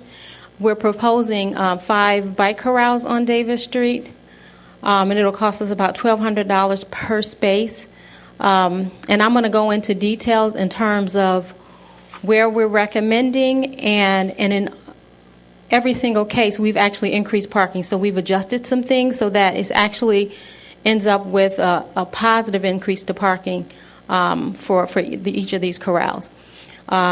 One is on the south side at Oak and Ridge. Then we have at Oak and Maple on the north and the south side of the street. At Orrington, the north side, this is an off-street location, and Hinman on the south side is an off-street location. Basically, the bike rack summary, we're proposing for those bike corral locations, it would take 36 traditional bike racks, and they're actually on rails, similar to what you see in front of EAC currently. The sidewalk locations would be 40 individual racks, regardless of whichever type was selected, and that's what we're asking for a direction on in terms of what type of style. The Church Street style will cost $12,000 for those 40 bike rack, $14,000 for the new option in the middle, and $10,000 if we went with the traditional option. So we're recommending that we increase bike parking by 76 bike racks, and that would translate into 152 bike parking spaces. And I believe this is the last option that we're asking you to for some direction on, and that involves newspaper corrals on Davis Street. We want to try to eliminate the clutter and the onesie-twosies of different types of newspaper boxes along the corridor. And so we're proposing to basically corral the newspaper boxes. So we have 4 locations along Davis Street where we would like to move the newspaper boxes, and the 2 options are there's a custom fabrication up at the top where we could actually have an Evanston newspaper rack corral that was fabricated with whatever message we wanted to have on there, the city's logo, or if we wanted to go with just the traditional coin-operated boxes, and believe there's one on Sheridan Road on Northwestern's campus for that style. So we're just recommending that we install 4 corrals along Davis Street. And so now, kind of getting into some of the particulars of where and what the impacts are. This is Ridge Avenue, on Davis, Ridge Avenue to Oak. And as you can see up on the right side of the screen, the green is the newspaper box corral that's near the post office. And then also there's a bike corral in the striped portion of the parking. And we're actually added diagonal parking to that block. So we're actually adding on that block an additional 5 parking spaces. Keeping in mind that around the corner there's a new restaurant that will be opening on the corner. So we think the added parking would be a huge plus. The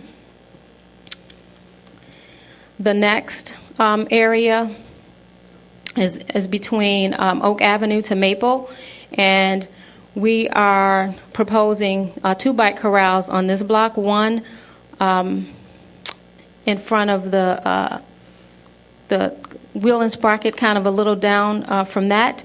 And then we also moved the accessible space from the corner of Oak on the southwest end, and we moved that across the street at the request of I think it's the Center for Independent Future. They asked for an accessible space in front of their place with a ramp, and we thought it would fit nicely next to the bike corral that we're proposing. So we will end up with an additional parking space on that block as well.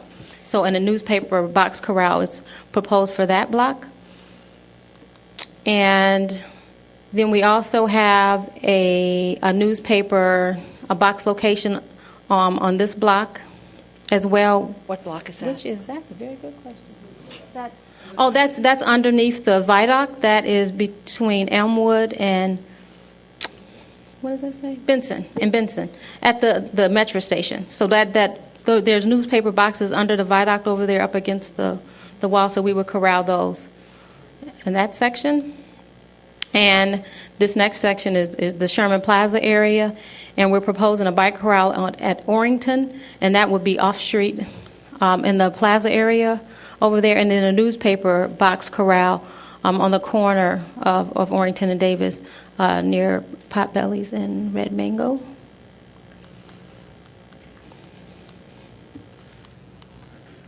And I think that must be it. Thank you. Alderman Nguyen? Yes, thank you, Madam Mayor. Thank you, Director Robinson. I have just a couple of comments. I do think that, I've looked very hard at the lighting fixtures that we have on Church Street as they exist now, and I still believe that they don't provide any function in terms of lighting, and they only add to the street clutter that we have. I don't think even spacing them further apart really makes that much difference. I'm thinking about the corner of Church and Benson, where we have a very nice sidewalk cafe. I was walking on that area the other day with my daughter, and she and I had to go single file several times because there's a light, there's a street light, there's a cafe, there's a tree.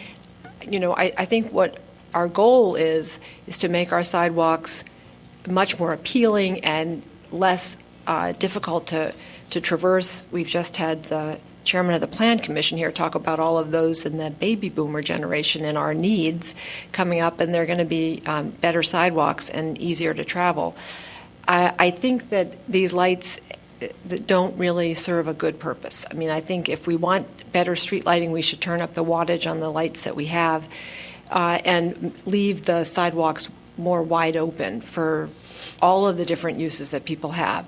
So I appreciate your bringing all these alternatives to us, but I still am of the opinion that they're not necessary and they add street clutter, and I would rather devote the funds, especially because only 1/3 of these are paid for by the TIF, and that I don't even think that's a good use of the TIF money. I think I would rather see us invest in bike corrals, and I'll leave it to the bikers to say which is the best one. I think our traditional U-shaped one, though, that when I've seen that installed, it seems to get loose very easily.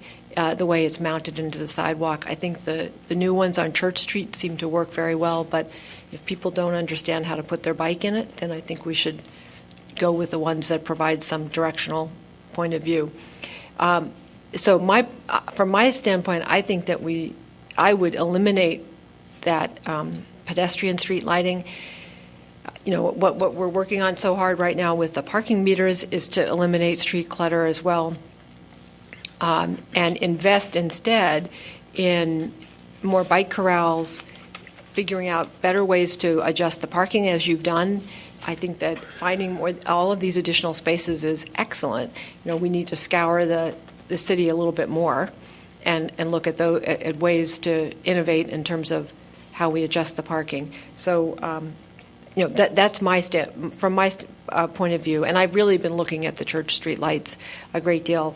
When I have told people how much each of those individual lights are, they're stunned. I mean, that's the person on the street view.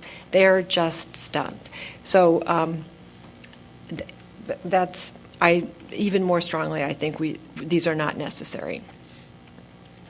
Thank you, Alderman Burris. Alderman Nguyen, I think you took my notes. I agree 100%. I just don't understand the pedestrian lighting. We have the street lights, I think, illuminate. We have lights from the businesses already. And, of course, I'm always looking at the cost on this as well. But I agree 100%. We need more space on the sidewalk, and we took the meters out and we immediately put them in with something else. So I would be against the pedestrian lighting as well. And then, Director Robinson, you had mentioned that the public asked for the bike repair station. I was wondering if you could just share that documentation with me at some point of if that was through email, if that were phone calls, if that was written in. So I'd like to see actually the documentation from the public that were demanding these repair stations. I just think, again, $1,000 can do some sidewalk replacement, so we're not having people tripping over our sidewalks. That would be good. So thanks. Thank you, Alderman Tendam, and Alderman Fisk. Your light is working again, so I will call on you. Don't worry. Thank you, Madam Mayor. I would agree with Alderman Nguyen and Alderman Burris. I think the streetlights do add a considerable amount of clutter, especially when you see them not aligning, but in addition to the stanchions or where they are that go along the bike rack, it just seems rather overwhelming. I think the collection of bike racks, the corrals, is really the best way to go. I think the individual or occasional pair of bike racks, too, is more clutter than is necessary. I don't know what I think you indicated maybe 40 additional standalone bike racks or something like that. It depends how they're used, but I think the corrals really make sense in terms of what we are trying to achieve downtown in terms of usability of the sidewalks and the sort of a cleaner look. I do think the newspaper the corrals too. I think those might be a really good bang for the buck. They are. I think it's one of these sort of eyesores downtown are these collection of boxes that get, mangled and turned sideways. And I mean, I think giving some structure to that will keep them more intact, and I think also just sort of clean it up a bit. So, I think I don't know what they cost, but I think it might be a good option to consider. And with regard to color, I think that you indicated that any of the additional work would probably be in line with the color of the existing street furniture on Church. But another thing to consider is that our biggest street addition or whatever are our street lights, which are solid black. I mean, they sort of look like black iron. And I think that's something to consider. I don't know that this color, this bronze color, I know it's being used a lot in our architecture downtown, but I think it might be sort of a period thing too. I would really rather be more traditional in our street fixtures to, look kind of in line with our street lights. I think those are one of our identifying and most graceful things that we have. But, thank you. Thank you. Alderman Fisk. Thank you, Madam Mayor. Suzette, thanks for all of your work on the 500 block of Davis Street. I think that's the right solution. I'm happy that you did the test cases, and and I think we anticipated pretty well what was going to happen. In terms of the newspaper boxes, I think the ones at Northwestern really work well. And in front of Tech, they fit into the building. They look beautiful. Eliminates a huge amount of clutter there. I've been concerned in the past about the newspaper boxes not only looking bad. I mean, they're of different colors, so people want to, identify their specific boxes. They're also different materials, from plastic to metal. They just don't really add a lot to our downtown. So I would suggest going to the second one, which is the more consistent presentation. Regarding the bike racks, I guess I would disagree with you, Alderman Tendem, a little bit. I do think the bronze color actually fits in really nicely with not only the brick, the pavement, the concrete, and also the brick trim. I think the bronze looks really nice. We do have the not only the bike racks, but the lights and the trash containers on Davis Street, which are all that same color, and I would just hate to change colors between Davis and Church Street. And I like the bike rack, the parallel bike racks that we've been using as well. I think people have gotten used to those and actually have stopped so much tying their bikes to the pedestrian lights. I do like the pedestrian lights in terms, I've gotten a lot of feedback from residents at Mather and some of the other homes where they feel that even lighting the sidewalk a little bit helps them feel safer. So I'm wondering if we can, if it makes sense to do 2 blocks that are covered in the with the Washington National TIF money or not. If you decide not to do that, that's fine. But I would just, again, hate us to, if we're going to do some of them on Davis and some of them on Church, I think that should be a standard design, and we shouldn't be flipping designs. And I do think that our streetlights are so iconic, and the other pieces of street furniture, as we try to fit in with those, it doesn't work well. So I think going to a more design-neutral design actually works a little bit better. Thank you. Alderman Rainey. What I would like to do, Madam Mayor, is to attempt to codify the smart thinking of Alderman Nguyen and Alderman Burris and move to delete the pedestrian lighting from this project. Second. Okay, it's been moved and seconded to delete the pedestrian lighting from this project. Does anyone want to speak to that motion? Yes.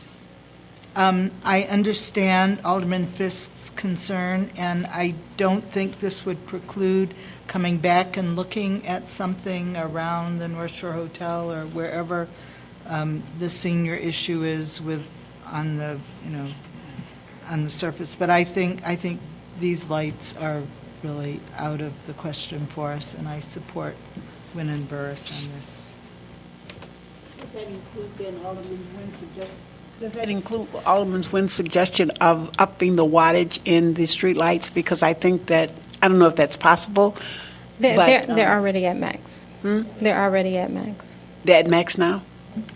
I think some other alternatives could be adding downlighting on the current poles in some places. We've done that.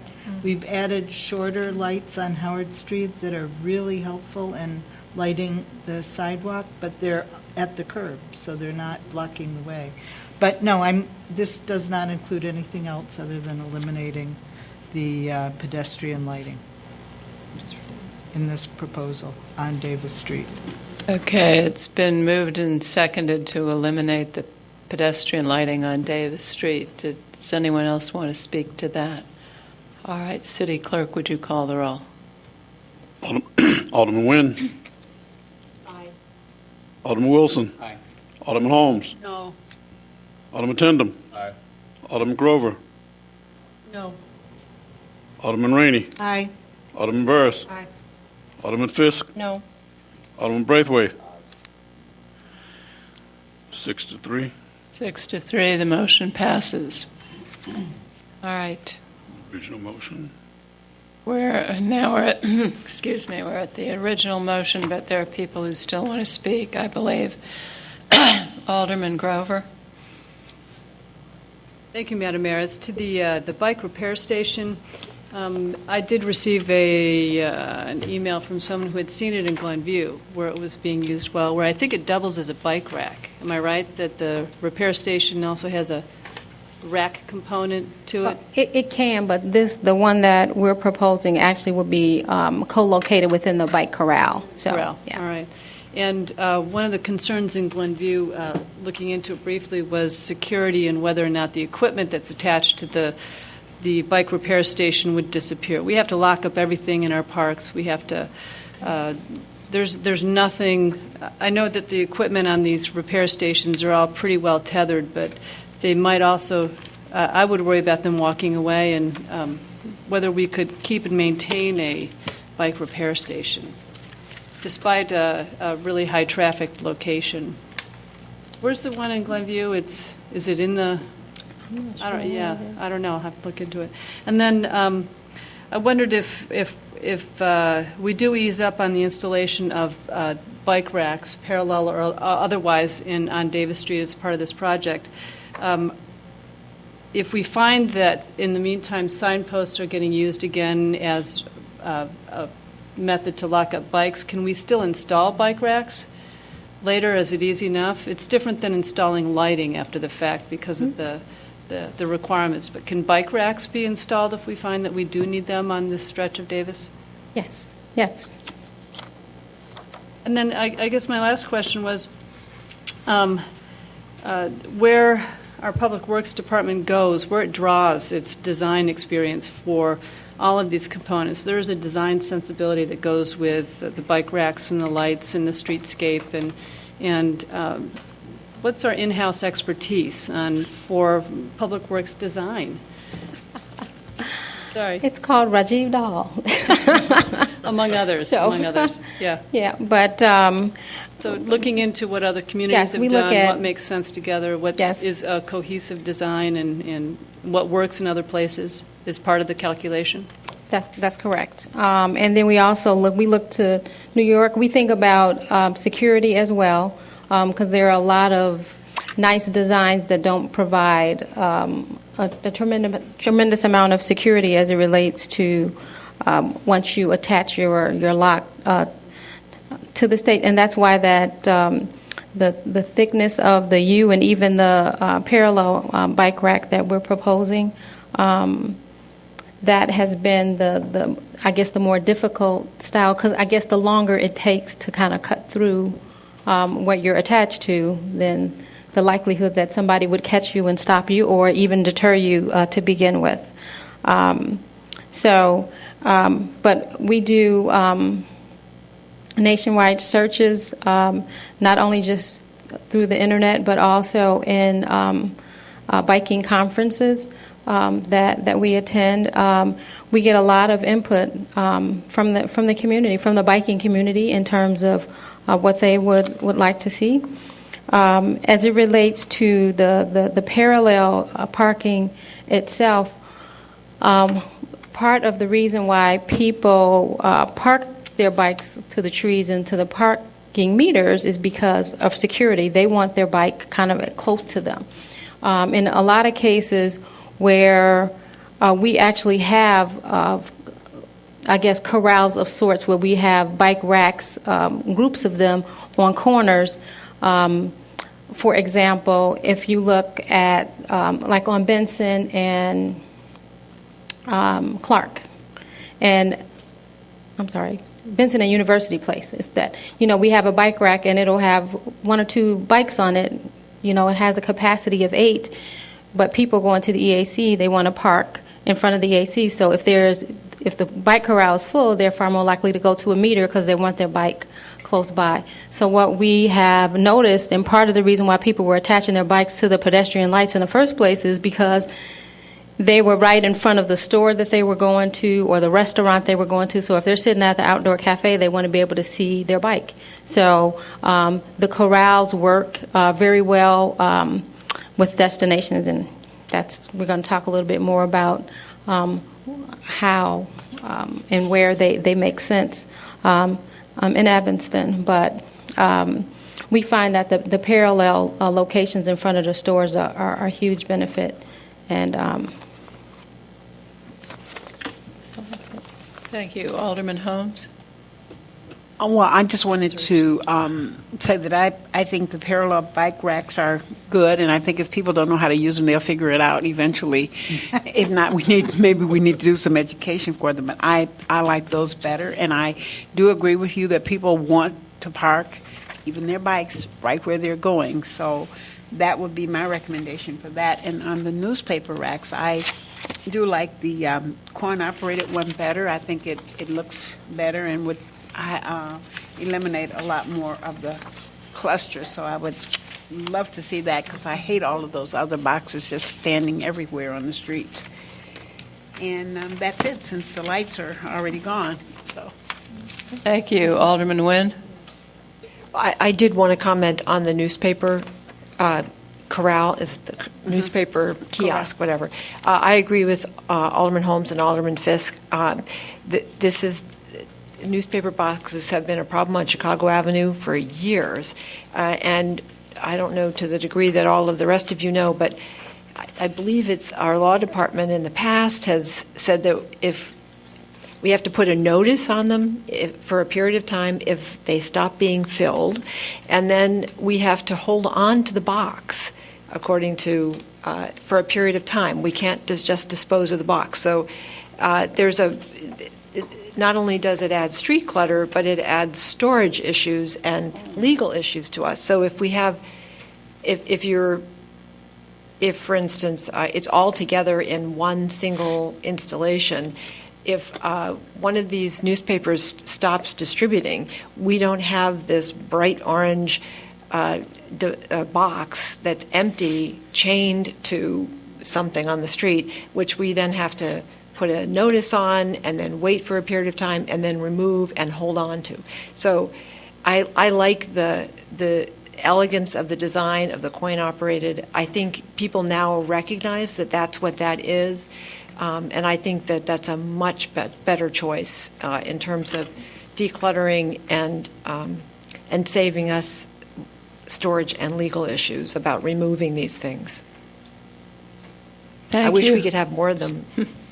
Alderman Rainey? Could you explain how the coin-operated ones work with the free newspapers? The way that even the current ones work is you're supposed to have a permit to even put the newspaper box in the right-of-way.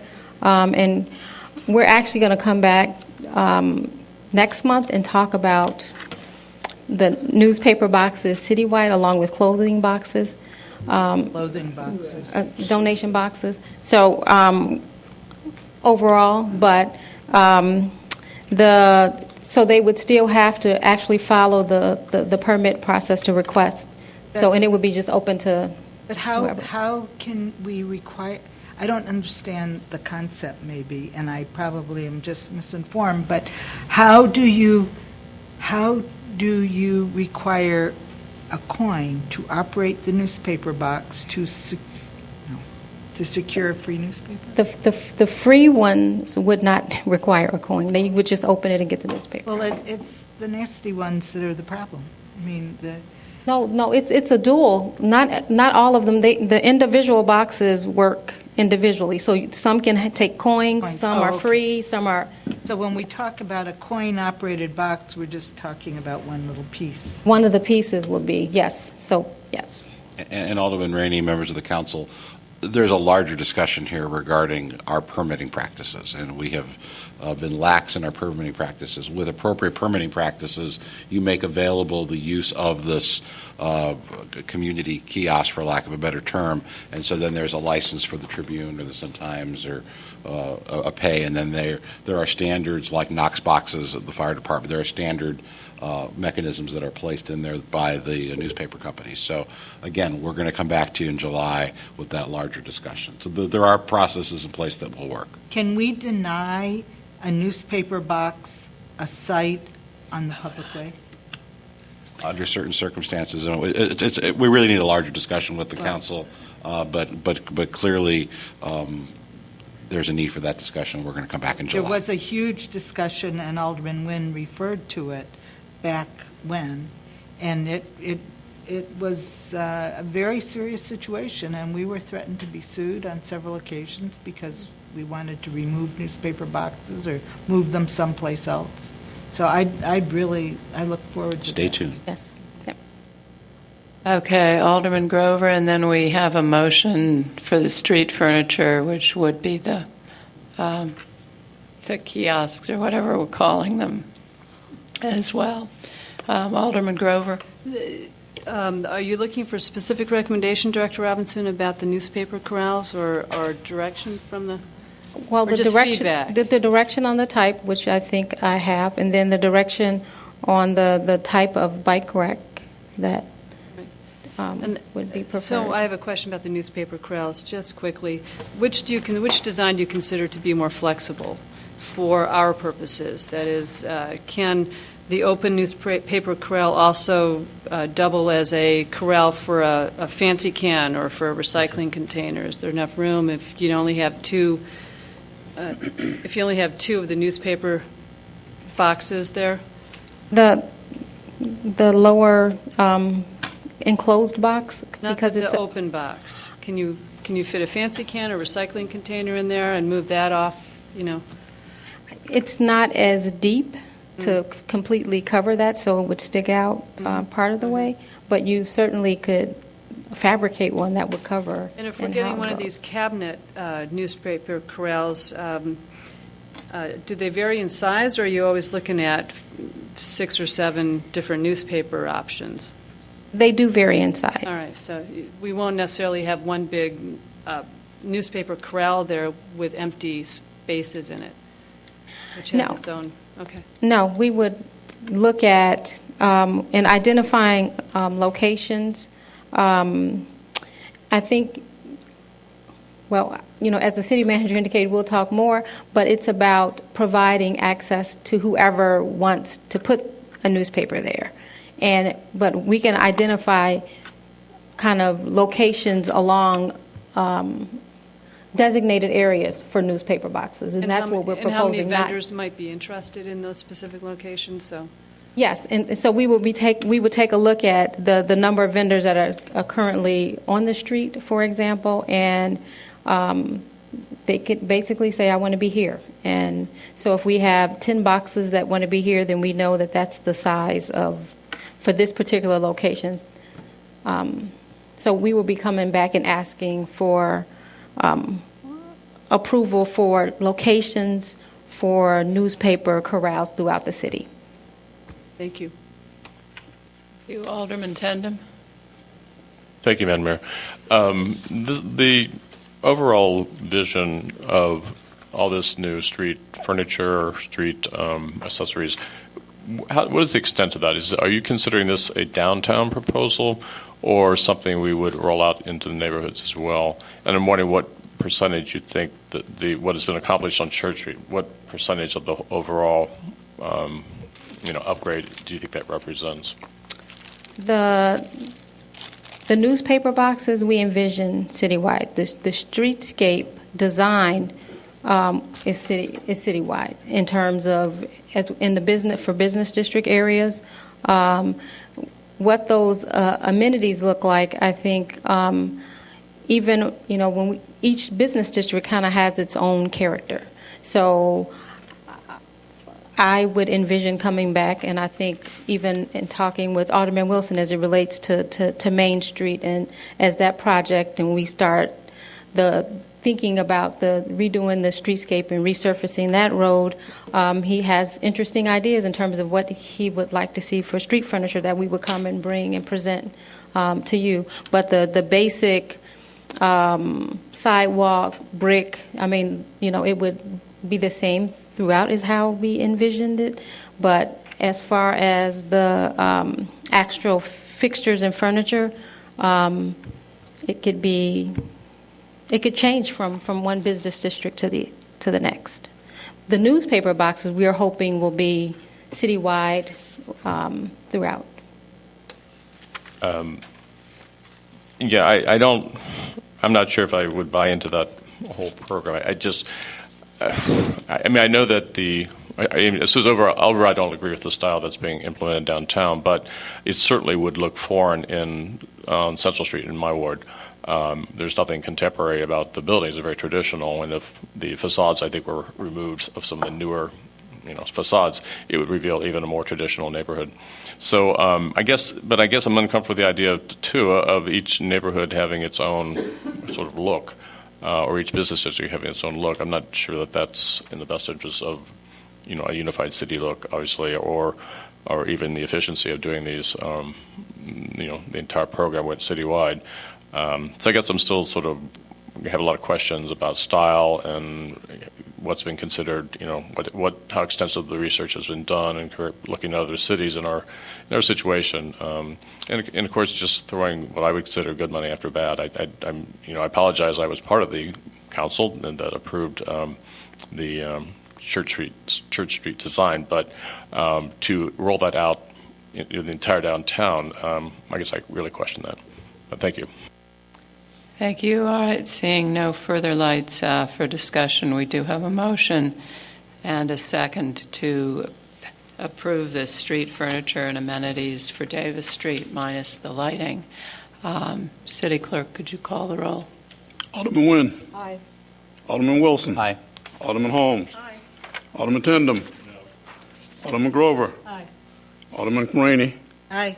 Alderman Burris. No. Alderman Fisk. Aye. Alderman Braithwaite. 7-2. 7-2, the motion passes. Alderman Rainey? Yes, Madam Mayor, I'd like to move approval of your appointments. Thank you.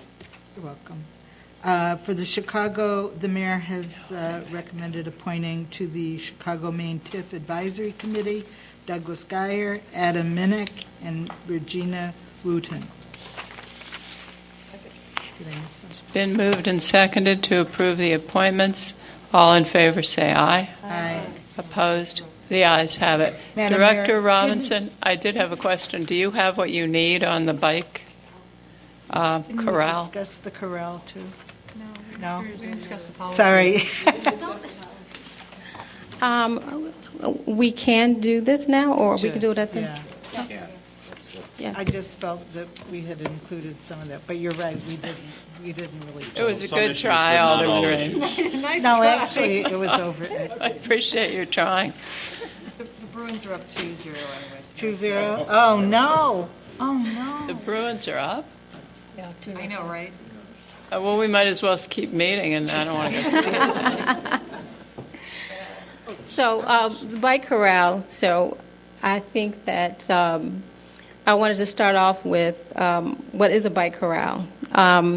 So, according to Portland, Oregon, it's on-street They provide ample, convenient, comfortable, and secure bicycle parking, which is some of the things that we talked about already. San Diego defines it similarly. And they also indicate that they're useful in areas with narrow sidewalks where it would be impractical to install sidewalk racks. And according to Chicago, they're on-street bicycle parking corrals. They make efficient use of the parking lane for bicycle areas with high demand. And corrals typically provide room for 12 or more bicycles in a space occupied by 1 or 2 cars. In Evanston, so far, we are defining a corral as on or off-street bike parking facility where bike parking is in high demand for a particular destination. And some examples of that we have are the EAC at Whole Foods and right here at the Lorraine H. Morton Civic Center. So what I wanted to show you is some various images of bike corrals. And you can see they can be a little more elaborate. They can be very cost efficient, like the one down on the bottom is just a bumper and a few barricades, or even an actual corral where it says bike parking across the front with the green slats to actually protect the bikes in. And then what you have here is this is the image of the Evanston Bike Corral in front of the EAC, and then this is a Chicago bike corral along Milwaukee Avenue. So basically, this is going to be a different type of presentation in which I try at almost 10 o'clock to get you guys to talk more.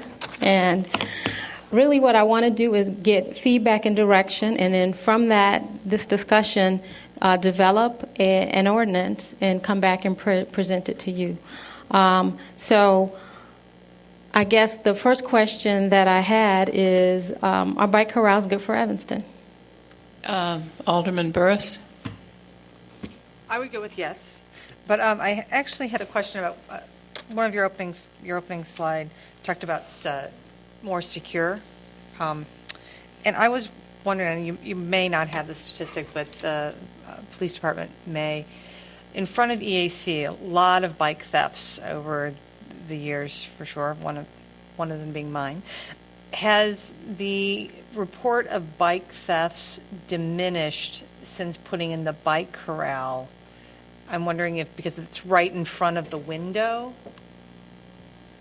just as a thought on the security portion. But I am definitely for the bike corrals, particularly during the months that are warm here, which seems to be shorter and shorter. Okay, so I'm going to move on to the next. Oh, wait, we've got Alderman Grover. Okay.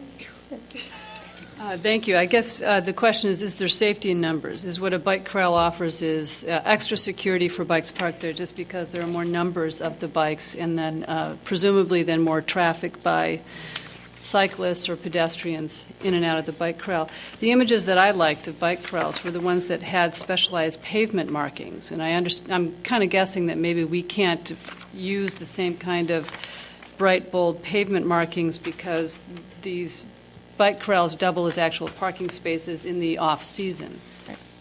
But if there's a way still to incorporate pavement markings to designate where our bike corrals are, that would be good. Obviously, I'm supportive of bike corrals. Okay. Alderman Wilson. Yes, I think they're good for Evanston. I think they're good for any community. I guess rather than wait for all your questions, I'm going to try to jump ahead since I already looked at the slides. But as far as the locations, obviously you want to have them where there are a high probability of people riding their bicycles. Health club, train stations, restaurants, things of that nature where people, outdoor cafes are highly likely to place a large number of bicycles. To me, though, I think it's a little bit difficult to come up with a set policy or what it's going to look like, because it's almost as if, just looking at the Davis Street plan, each of the best locations are unique in their own way. My general belief or expectation is that the traditional parallel parking spaces aren't great for it. However, I see how the way you've laid out the one near the bike shop and Center for Independent Futures, that seems to be a bit better than maybe a parallel space on Dempster or Main Street, where you don't have the same kind of buffer space from the traffic. And I think that buffer space from the traffic is very important. So where you have the diagonal parking, you do have that. You have more physical space from the curb to where the actual vehicles are. So to me, it is fairly case by case. I think designations, delineations, flower pots, whatever it might be, to look attractive. Just make it look as good as it can look, and just exercise creativity in the process. So one thing, I don't know how much they cost, but the racks outside the Levy Center by the entrance, everybody remember those? Those are beautiful. I'm sure they're not cheap. But I know that the Public Art Committee has been talking about funding some sculpture bike racks. So if we could revisit with them and see how that's going, or if there are some possible funding options that would be interesting and fun and improve that streetscape as well. So those are all my thoughts. So since Alderman Wilson jumped ahead to the other, does anybody else have any thoughts on ideal locations or not so ideal locations? Alderman Burris? I think one of the reasons we're also possibly talking about this is when there's requests, and how do we address requests from businesses. I know there's a huge issue with a bakery on Dempster that was frustrated about, they kept asking for a bike corral and not coming through. So I think that maybe a lot of the policy has to do with when a request comes in, how do we respond? What are the parameters for putting in a bike corral at a metered spot or at a spot near where it's being requested? So I think that's something we should talk about. I know EAC pays for the bike corral space. They used to. They used to. Now they're not. Okay, great. Just didn't know. The first year they paid for it. That's correct. Yes. Okay. So that we're losing revenue at that spot, and then at the other ones as well. But again, I think we just need to have policy on how to respond, because, as you know, it became very frustrating for the business owner not to get a response and not to have the bike rack put in, but felt like she was in limbo for months at a time. All right, Director Robinson, do you? That just leads to, are there any other hurdles? I think parking revenue was one of the ones, the offset to revenues. I think Alderman Wilson alluded to traffic. Are there any other issues that anybody else? Clerk Green is saying no. Well, Alderman, members of the council, I think the question that Alderman Burris just raised, we don't have really an answer to. And that is, we want to be supportive. We felt that the revenue was important. The council came back with the EAC and said, no, the public policy purpose was more important. Is that the case across the city? And if so, we need to know, is it each individual case comes back to the council for that determination? I think our concern is we want to see these proliferate. The residents of Evanston really like them. However, there's a tipping point, I think, with the number of spaces that are being taken up for revenue. 1 or 2 probably isn't a big deal. 10, 12, 15, 20, we start talking real money. And I don't know, sitting here this evening, I don't know what the council's policy is. So I think that's an important part of a draft ordinance, is knowing what the council's feeling on the use of metered parking spaces are. Well, I can tell you my policy, since I know EAC would have continued to pay. I don't see why we don't allow businesses that want them to pay for them. Alderman Tendam? Well, that was my feeling too. The last time we did discuss this, I didn't see the upside of dismissing the charges or the expense that EAC was helping us bear. But it seems to me too that if we're looking for popular places to put these in front of bakeries or cafes, health clubs, those are going to be very, very. I would imagine those are very, very productive meters as well. So not only are we taking spots away, we're actually probably taking some high volume usage spots as well. So I think there is a balance here that needs to be met, and if we can, do it, that's great. I don't want to discourage bikers, but I think at the same time, if someone's willing to help us in this effort, it's justified. Thank you. Alderman Nguyen? Well, I appreciated that EAC was willing to pay and I was willing to accept their money, but I think that from a public policy standpoint, I don't like the idea that one business buys a space for their customers in front of their store that's part of the public right-of-way. Because all of the parking spaces on a particular street are for all of the businesses or people who need them. So my gut reaction is that there might be a dry cleaner that operates on a block, but they don't have a high enough revenue to pay for a bike corral or something. But their next door neighbor puts a bike corral right in front of their store or right near their store. That eliminates a parking space that their customers would find very convenient. So, I think there's just this push and pull that goes on. I would prefer that we do, in the way that our code says, I'm just thinking about, we have a code that says every block will have a handicap parking space, or a particular distance we require a handicap parking space. Or I'm actually thinking of, if you renovate your house, every 12 feet you have to have an electrical outlet or something like that. If we could develop some type of metric that says for this type of density of business or this type of density of parking, that use of parking that we have, every X feet, we will have a bike corral, so that it's not subject to a particular business owner's ability to pay for that meter, but it's actually equally applied, following a standard throughout our business districts, so that as more and more people bike, the city takes on this responsibility and says, this meets the metric, and we will put a bike corral in this particular district, because we clearly see that we have the high number of bikers, and that therefore it justifies our ability to take away the parking meter.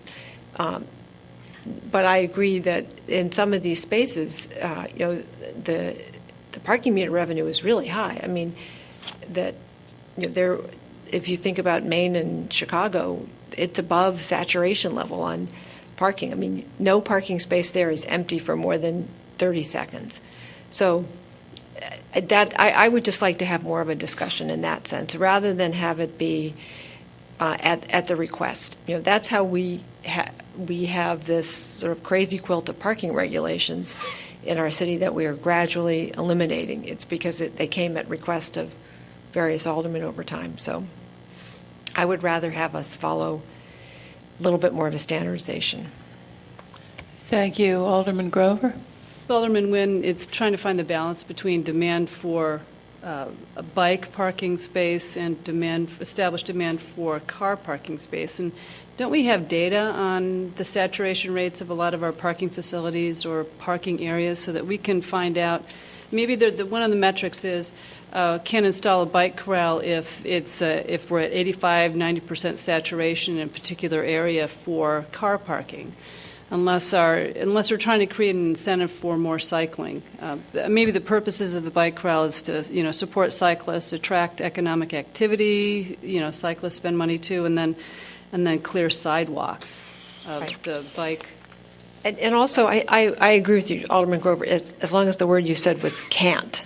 Was it can't if it's at 85%? Yeah, Right, yeah. okay. So I didn't you hear wouldn't that. want to take a parking space out of commission, use it for a bike corral if It's that above area saturation. is really above a certain saturation point for parking, because then you're tipping the balance too much Right. away from what the established need is. Right, but I also, a corollary point would be to look for places where we have extra wide sidewalks or an extra wide sidewalk at a corner, because we have some of those, and put the bike corral there, or where do we have maybe an extra space? It's probably a little bit too obscure in some of our parking lots.